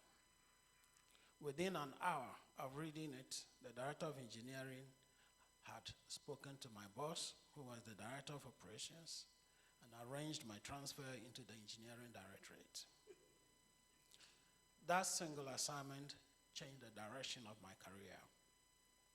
I became the general manager responsible for system planning and also the project manager for the Ghana Energy Development and Access Project. And 2 years later, I became the director of engineering, the youngest engineer ever appointed to that position to date in ECG.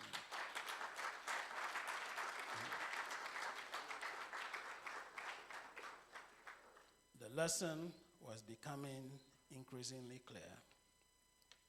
The assignments that transform your career are often the ones for which you are least, or you feel least prepared when you begin. In 2015, after 6 years as Director of Engineering, I left ECG to become the Chief Operating Officer of the Millennium Development Authority. There, I gained valuable experience in project financing, utility reform, infrastructure development. Those of you who are familiar with MEDA, you will know that MEDA led the transformation of ECG into PDS. And complex transactions. Among other responsibilities, I served as the Ghana team lead for the transaction that eventually brought PDS into being and oversaw the implementation of major electricity infrastructure projects for ECG and Gridco. Today, the two largest BSPs, bulk supply point where ECG receives power from the national grid, were built by MEDA during that period. When the program ended in 2022, I accepted a position in Liberia as the Chief Operating Officer of the Liberia Electricity Corporation. For the first time in my career, I gained a responsibility for power generation and commercial operations, experiences that further broadened my understanding of the electricity value chain. Today, as Managing Director of ECG, I bring together lessons from procurement, protection and control, network operations, maintenance, system planning, project financing, project management, infrastructure delivery, utility reform, commercial operations, and executive leadership. Looking back over 35 years, I realized that none of those experiences was accidental and none was wasted. Each prepared me for the next challenge. So what lessons will I leave with you, our newest professional engineers? I will say show up. Success is often less complicated than we imagine. Be dependable, be available, be willing to invest more effort than what is required from you. If you consistently spend an extra hour every day learning, preparing, improving, and solving problems, you will soon distinguish yourself from the crowd. Seek understanding. Do not simply perform tasks. Understand why they are performed. Read the manuals. Study the standards. Understand your procedures. Learn the theory behind your practice. Excellence comes from knowing what to do, how to do it, and then doing it consistently. Third, I have a number of them, but to be short. Treat every assignment as a learning opportunity.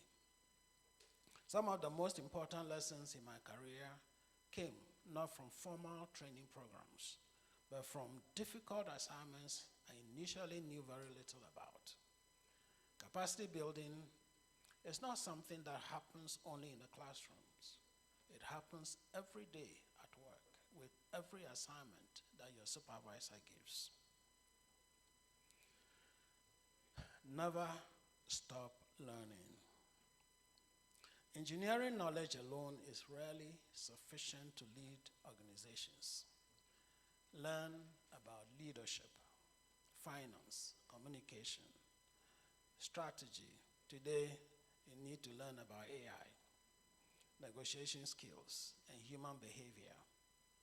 Most organizational challenges involve people rather than equipment. In fact, one of my regrets is not pursuing additional academic qualifications earlier in my career.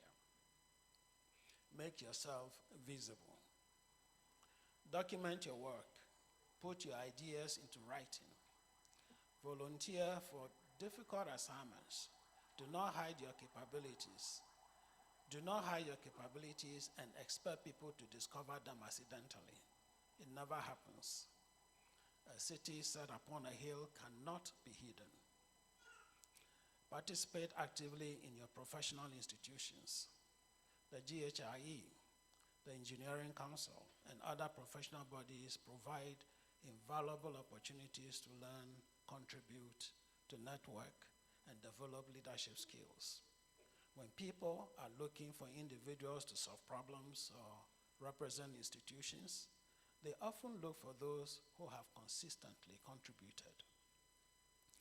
Develop both depth and breadth. Become an expert in something, but do not become trapped in one area. Explore different functions. Understand how systems connect. Build a broad perspective. We've all heard of the expression, jack of all trades and master of none. But that is not the whole expression. The whole expression reads, jack of all trades, master of none, though oftentimes better than master of one.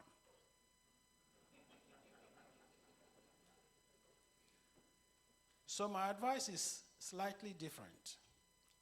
Strive to be a jack of many trades and a master of at least one. Prepare yourself for leadership long before leadership arrives. If you aspire to become a manager, a director, a chief executive, or a managing director, start developing the skills required for those roles today. Have ambitions, but do not be ambitious. Pursue excellence and advancement, but never at the expense of your colleagues. Respect people, build relationships. You will accomplish far more working with others than working against them. Be ethical. There will be occasions when doing the right thing will be difficult or unpopular or even costly. But do it anyway. Integrity is one of the few assets whose value increases with age. A good conscience is priceless. Challenge assumptions, ask questions, attempt difficult things. Do not allow others to define your limits, and do not place limits on yourself. At the same time, remain humble enough to recognize that there are things you do not know and skills you must continue to develop. To our newly inducted professional engineers, I congratulate you. Today is a significant milestone, but it is not yet. It is not the destination. It is the beginning of a new phase of responsibility, learning, and service. Ghana needs engineers who are technically competent, ethically grounded, courageous in leadership, and committed to national development. I'm confident that you will rise to that challenge. And perhaps many years from now, one of you will stand here sharing your own story about a piece of equipment you could not understand and how that moment unexpectedly changed the course of your life. Congratulations once again. Thank you, and may God bless you.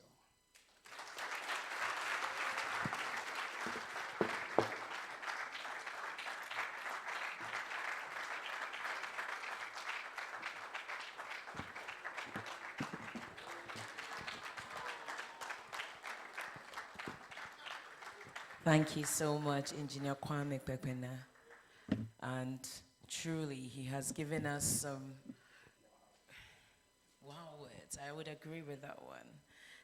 I thoroughly enjoyed the whole speech because I was listening and there were still a lot of key elements that were even relevant to even us that have been members for of the Ghana Institution of Engineering for a while. He says, become an expert in something, but don't become trapped in one. And I like the jack of all trades, master of none, though often times better than master of one. But rather become jack of all trades, but at least a master of one. And if all else fails, apply to ECG for a job. Because you never know where that's going to take you. That's my key lesson. I'm applying now. And you know, when Engineer Kwekwana was talking, he was like, oh, he went to, in 1992, he went to KNUST, the best university. I wanted to say, at that time. And you know, he also said that he wished he had continued learning. At Academic City, we are now offering a STEM MBA. So you can continuously advance. So, but that's just an aside. It was never meant to be a plug. It's just meant to be a joke. But yes, thank you so much for that. We thoroughly enjoyed that, and I hope all our inductees have heard what he has said. There's a lot of things that have been put on our shoulders as engineers, and a lot of it comes with a lot of trust of us doing the right thing. But I think another thing that I've taken away from is that if competent people don't put themselves up, if competent people don't put themselves up. And I know that Engineer Dr. Kwame Boachi is always saying, sometimes we need to dirty ourselves and get to where the dirt is and then clean it up. So it takes all of us having to stand up for what is right and put our names forward. So thank you so much for that. I really appreciate that. And before we move on to the closing remarks, I believe that we have a video of an upcoming event. Our Engineering Excellence Award. If I can have the technical team play that video for us.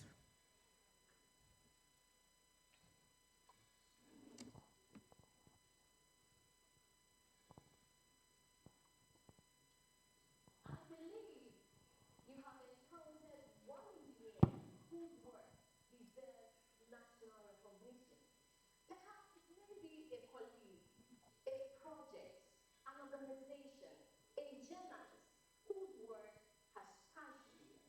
Now is the time to turn that admiration into recognition.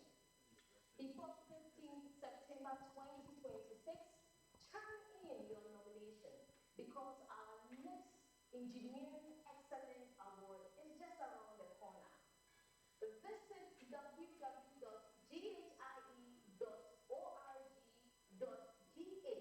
or scan the barcode you can see on the screen and turn in your nomination now.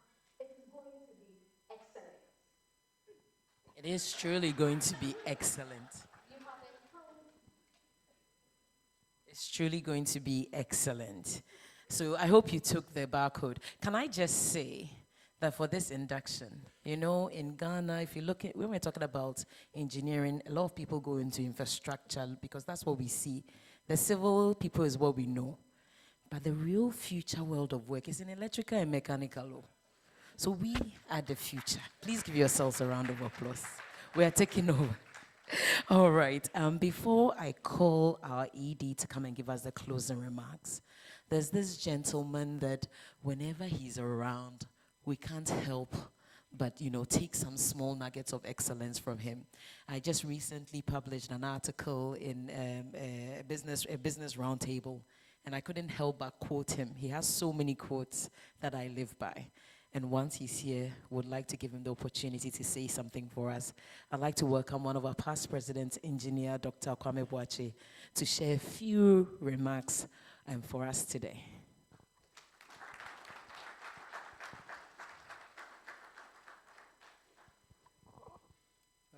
Thank you very much. Engineer Kwame Pepena, you've said a lot of the things I would have loved to say. Thank you very much for your wonderful, motivation. Today is a special day for all of us. And it is special in that our institution must continue to grow and live on. As people like me who are in the land of the spirits already move on, we have to be replaced. And it is through this mechanism, that we are going to be replaced so that our institution continues, to live. I would like to just share a few thoughts with you, perhaps maybe throw out one or two challenges. I've been fortunate to, I've been practicing for, well, what did I say? I got my PhD in 1973.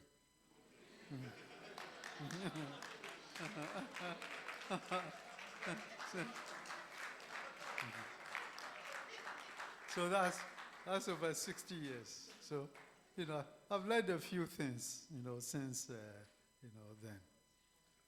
But what has, and I've been fortunate again to be in corporate America at some of the, highest, levels.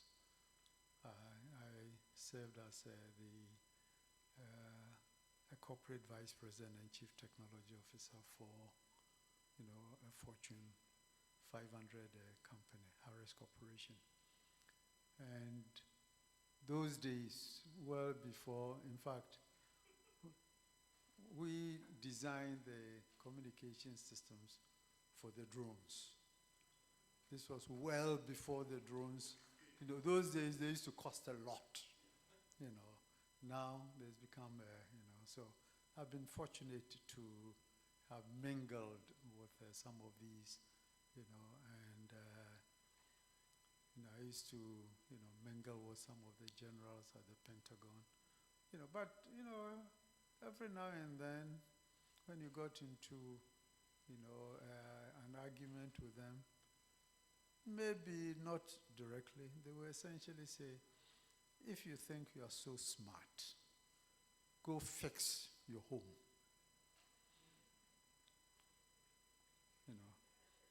If you think you are so smart, go and fix your home. That has helped, to shape some of my thinking.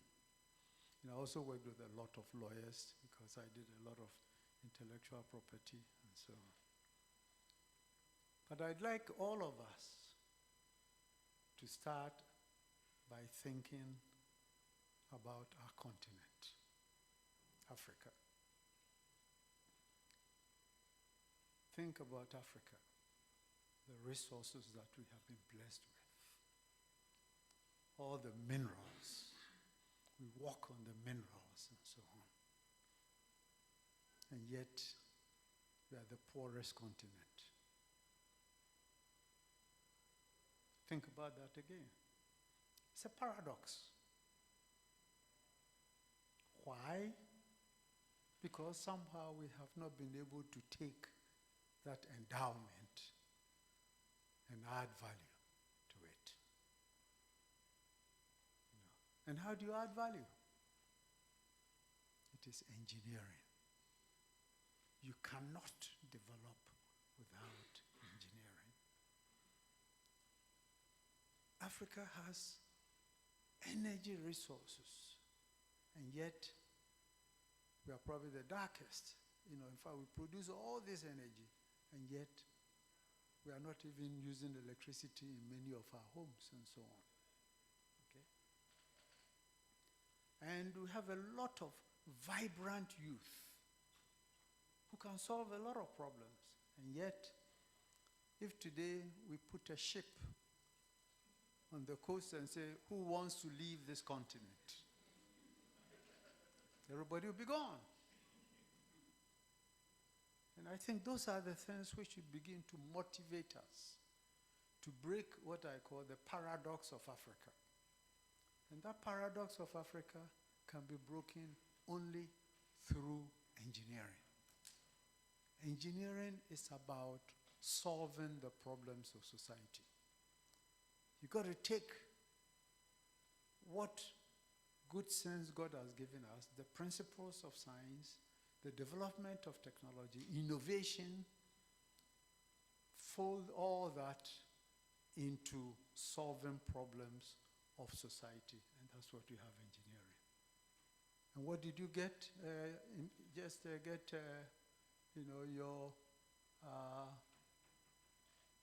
Just got into becoming recognized engineering practitioners, I should say.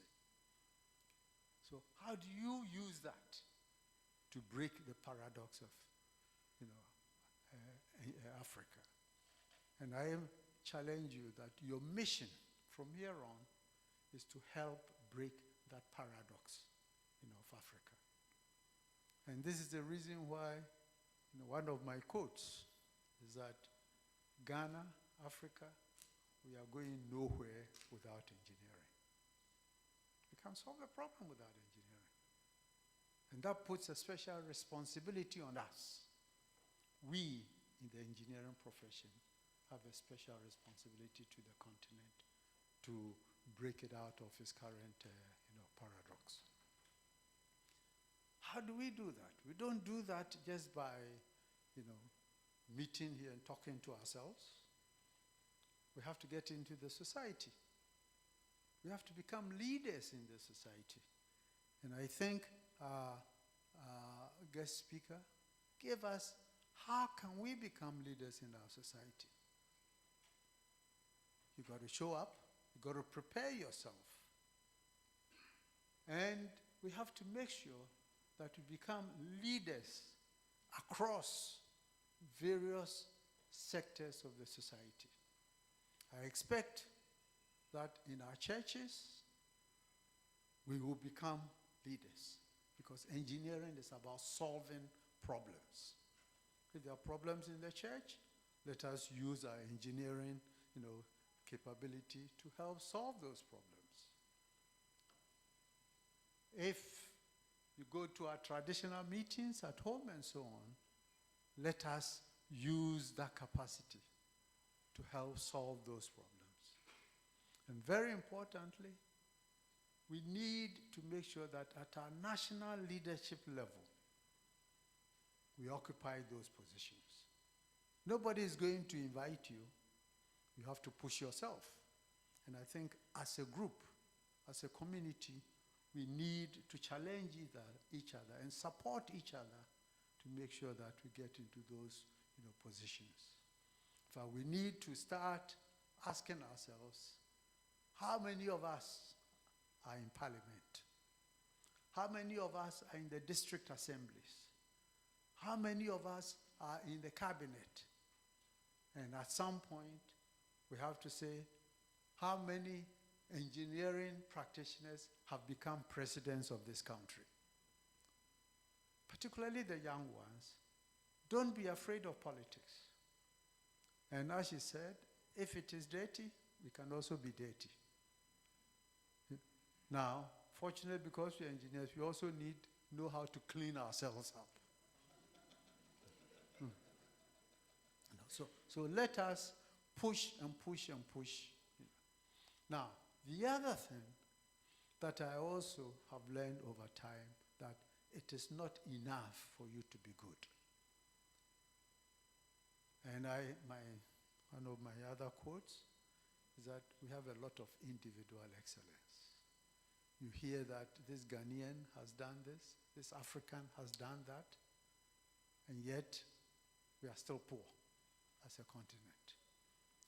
So I say we have individual excellence, but group incompetence. And our challenge is somehow to mobilize that individual excellence and transform that to group excellence. That's when we begin to solve our problems. And that group excellence comes from supporting each other, challenging each other, holding each other responsible. So, for example, we don't need people to say, are there engineers in this country at all, these potholes and so. We ourselves should be asking those questions and fixing those questions. We should not, with all due respect, be asking, why doom so? We should be the first to be asking, why doom so? And why aren't we fixing it? And I think once we continue to do this and society begins to accept the importance of engineering, because after all, when you look around, when you get up in the morning till the time you go to bed, everything that you touch is engineering. So that's what engineering is all about. And we need to bring that talent. We need to bring that excellence into everyday life. So I challenge all of you that, number one, let us fix that paradox of Africa, where we are endowed with resources and yet we are poor. We need to break that paradox. And number two, we've got to show leadership. And if you want an example, there's China. 7 out of their top 9 leaders are all engineers. The typical equivalent of the district chief executive in China is an engineer. And if we're able to, and we can see the results of all of that. And I think we have an opportunity, to change our mother Ghana and to help change the whole continent of Africa. And I'm very confident that if we're able to do that and support each other, there is no question that Ghana and Africa will move forward. And so, long live engineering excellence. And the young ones, those who have just been inducted, you've got a challenge to make sure that in 5 years' time, we can see measurable results, how engineering is beginning to change our society. But it's not going to be done in our comfort zone. We have to move. And we have to be provocative as our president. Don't be feared. Don't be afraid to say what is right. Don't be afraid, to take up new challenges. And if we're able to all come together, I'm very confident that I will not just be living in the land of the Spirit, but I'll be observing reality and progress going on in this world. Thank you.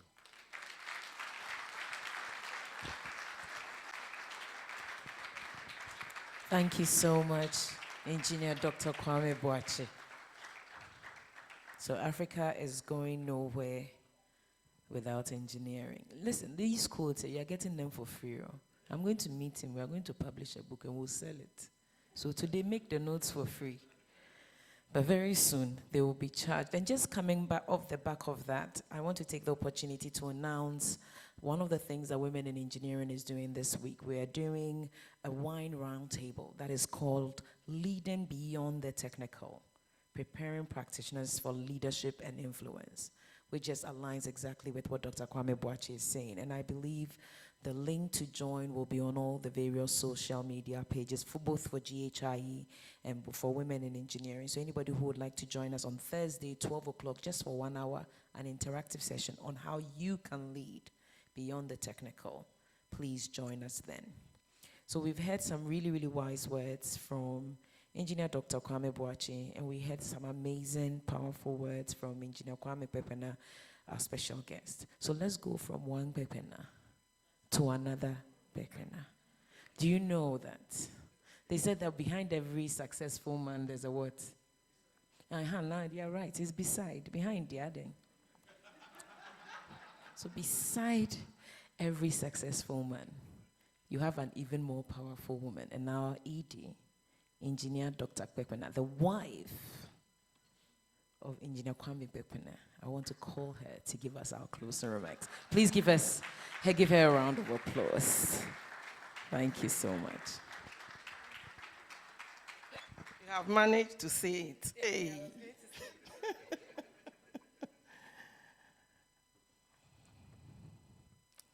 Thank you very much.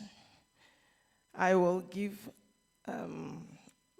my closing remarks, and it's a privilege to have all of you in this institution. Sometimes this room is very quiet, and when it's time for induction, we are also happy because we have the opportunity to see very accomplished individuals, members, join us. So thank you so much. Engineer President, Engineer Ludwig Annan Hesse, Engineer Vice President-elect, Engineer Sophia Tijani, our guest speaker, Engineer, my own husband, Engineer Kwame Pepena,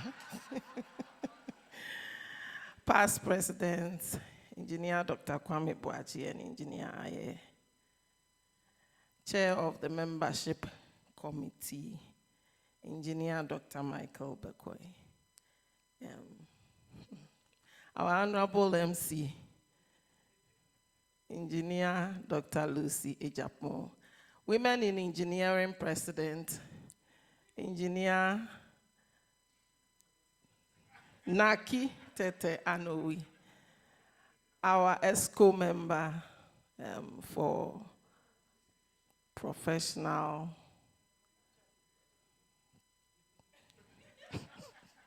engineering technicians, Mr. Aheto, branch 4 chair, Engineer Pinto, and our electrical technical, that's my technical division, electrical technical division chair, Engineer To Roberts, directors of the institution, Engineer Leonora and Engineer Juliet Bomita, and the entire secretariat, distinguished members,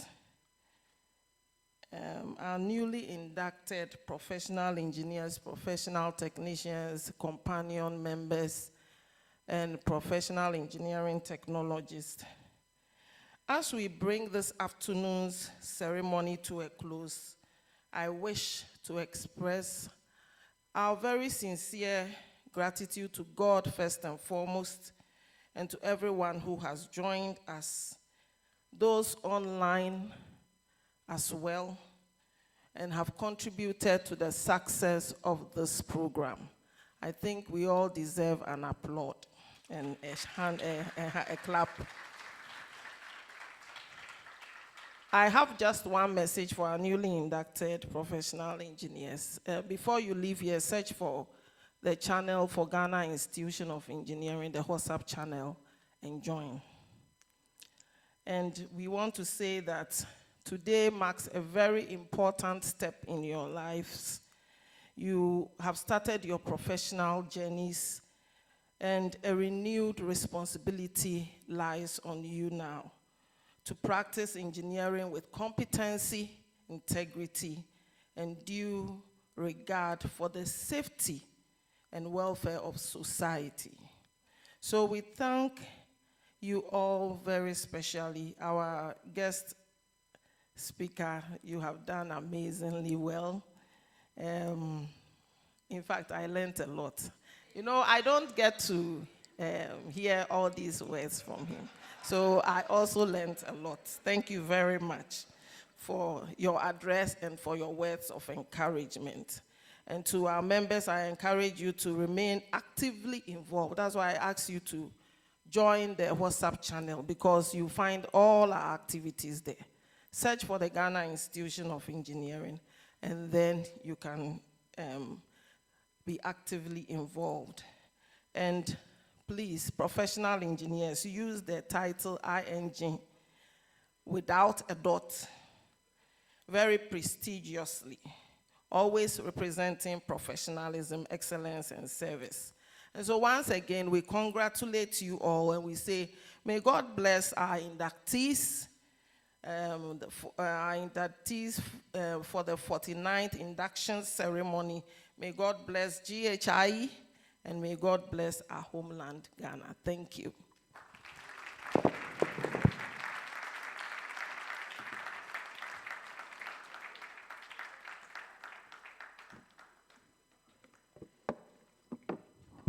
Thank you so much, Engineer Dr. Enyonam Kwepena.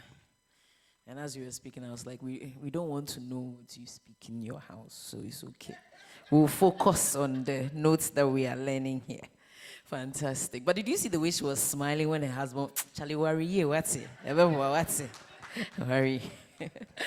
All too soon, we've come to the end of our program, and I want to invite one of our new inductees, Engineer Zoe Lois Poku, to come and lead us in our closing prayer.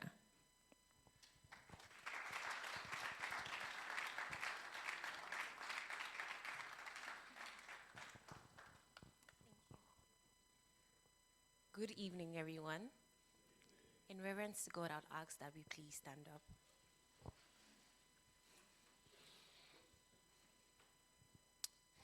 To the author and finisher of our faith, we thank you for the journey that began way before we started work in classrooms.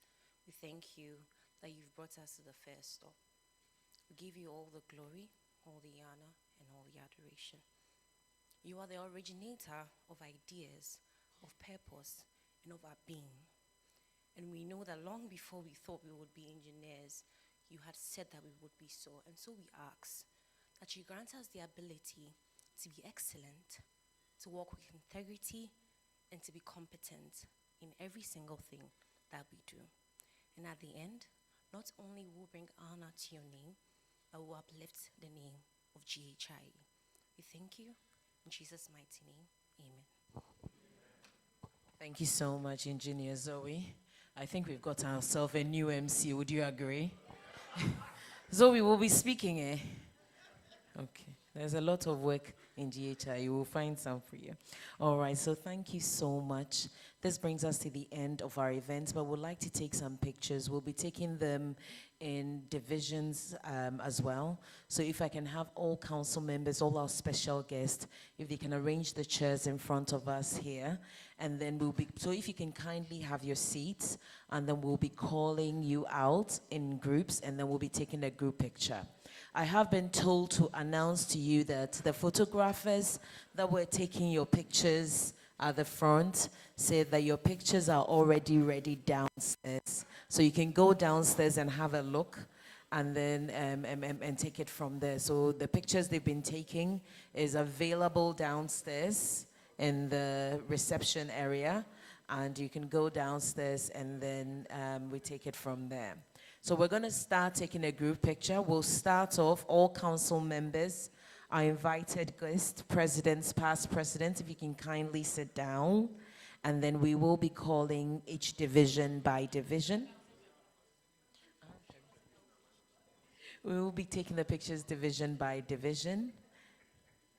Engineer Dr. Michael, should I start with electrical? Okie dokes. So we're going to start off with electrical and electronics technical division. So if I can kindly ask all electrical and electronics technical division inductees to come and file behind you, and we'll take a very, very beautiful picture. So that's electrical and electronics technical division.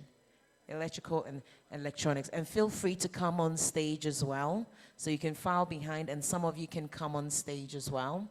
And then if you give me one of your best smiles, we will take a group picture.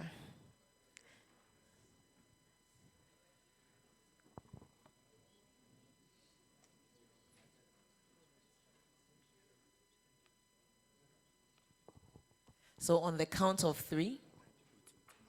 So we're going to turn the camera, we're going to go on Zoom as well. So those online, can you kindly turn on your cameras? You'll be reflected on our back. So please turn on your cameras so that we just don't see your names, that we see you as part of this ceremony. So please look at him and give me your best smile. Are we ready? Engineering our future. Do it well and do it right. Extend the right, and that will naturally give you a smile. Thank you so much. So we'd like to invite the Mechanical, Agric, and Marine Technical Division, fondly known as MAM. It's good to see you. How are you? Yeah.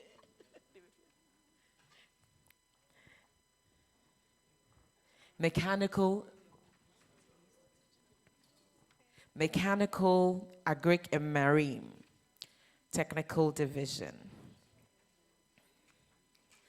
Our own division, yes. So please, you can either file here or you can come up on here so that we can see you as well.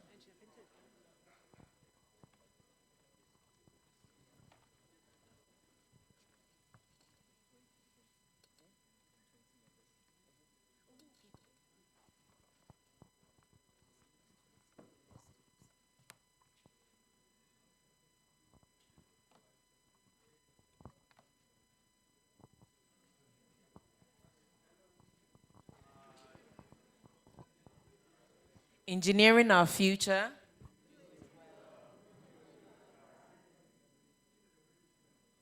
Thank you so much. And all the female engineers, all the newly inducted female. Hey, before we do that.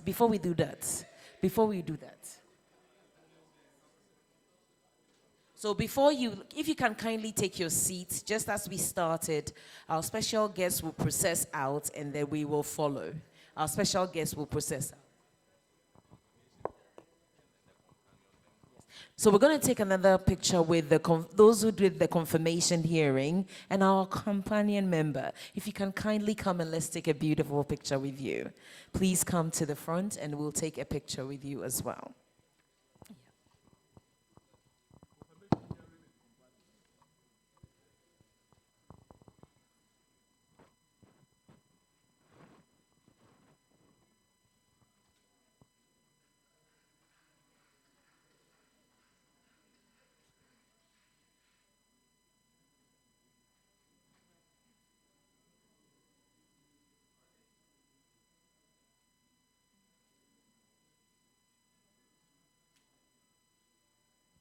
Thank you so much.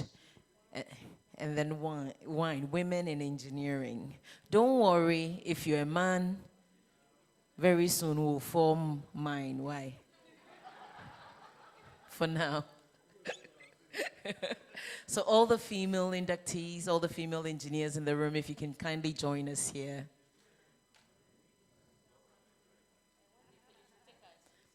Yes, right now we are allowing diversity.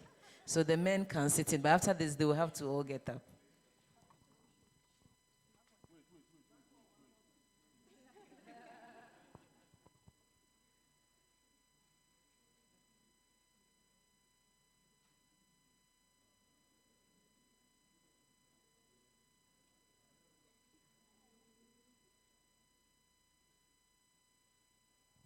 Thank you so much.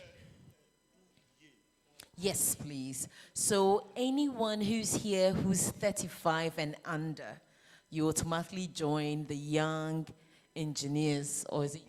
youth in engineering, my bad, youth in engineering. So we have two strategic interest groups, women in engineering and youth in engineering.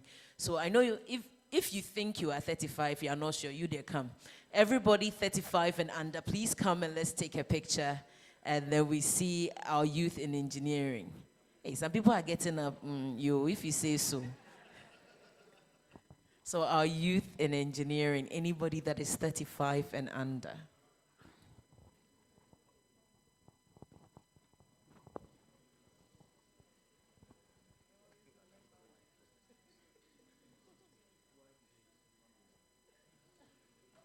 We can't help it.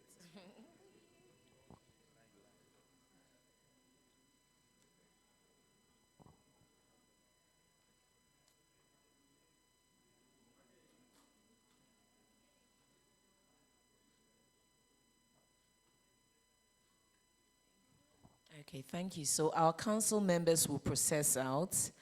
Once we do the procession, all the female engineers, then please come back and we'll take an exclusive photo. But we have one more announcement.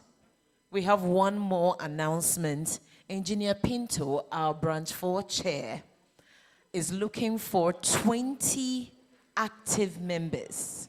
20 members who will be committed to join the branch 4 executive committee. One thing we've talked about today is leadership. And then our ED said, come and be actively involved. So if you're interested to join the branch 4, which is the Greater Accra branch, their committee, executive committee, then please see Engineer Pinto. Engineer Pinto, can you please give a wave? If you're interested to join the branch 4 and become an active executive committee member, please see Engineer Pinto and we'll take it from there. So our special guest, if we can all be upstanding, our special guests, our council members, presidents will process out. All female engineers, please, we will take an exclusive photo. All female engineers will take an exclusive photo. Even after they process out, both ED, incoming, and our wine presidents will come back, so we take a picture. And please network, get to know each other, and hopefully we'll have a long-lasting relationship here at GHIE. Thank you once again for coming. As has been said, my name is Engineer Dr. Lucy Japong, and I've been your moderator for the session, and have a good day. All female engineers, please, can you come to the front, and then we'll take a picture together.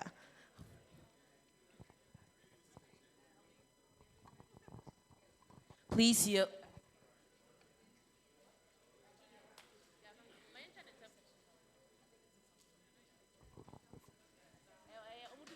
so please, when you go downstairs, you can pick your engineering stamp, and then we have a little bit of refreshment for you as well. And feel free to take pictures on the compound. This is your institution. All the female engineers here, those who have just been newly inducted, please kindly join us.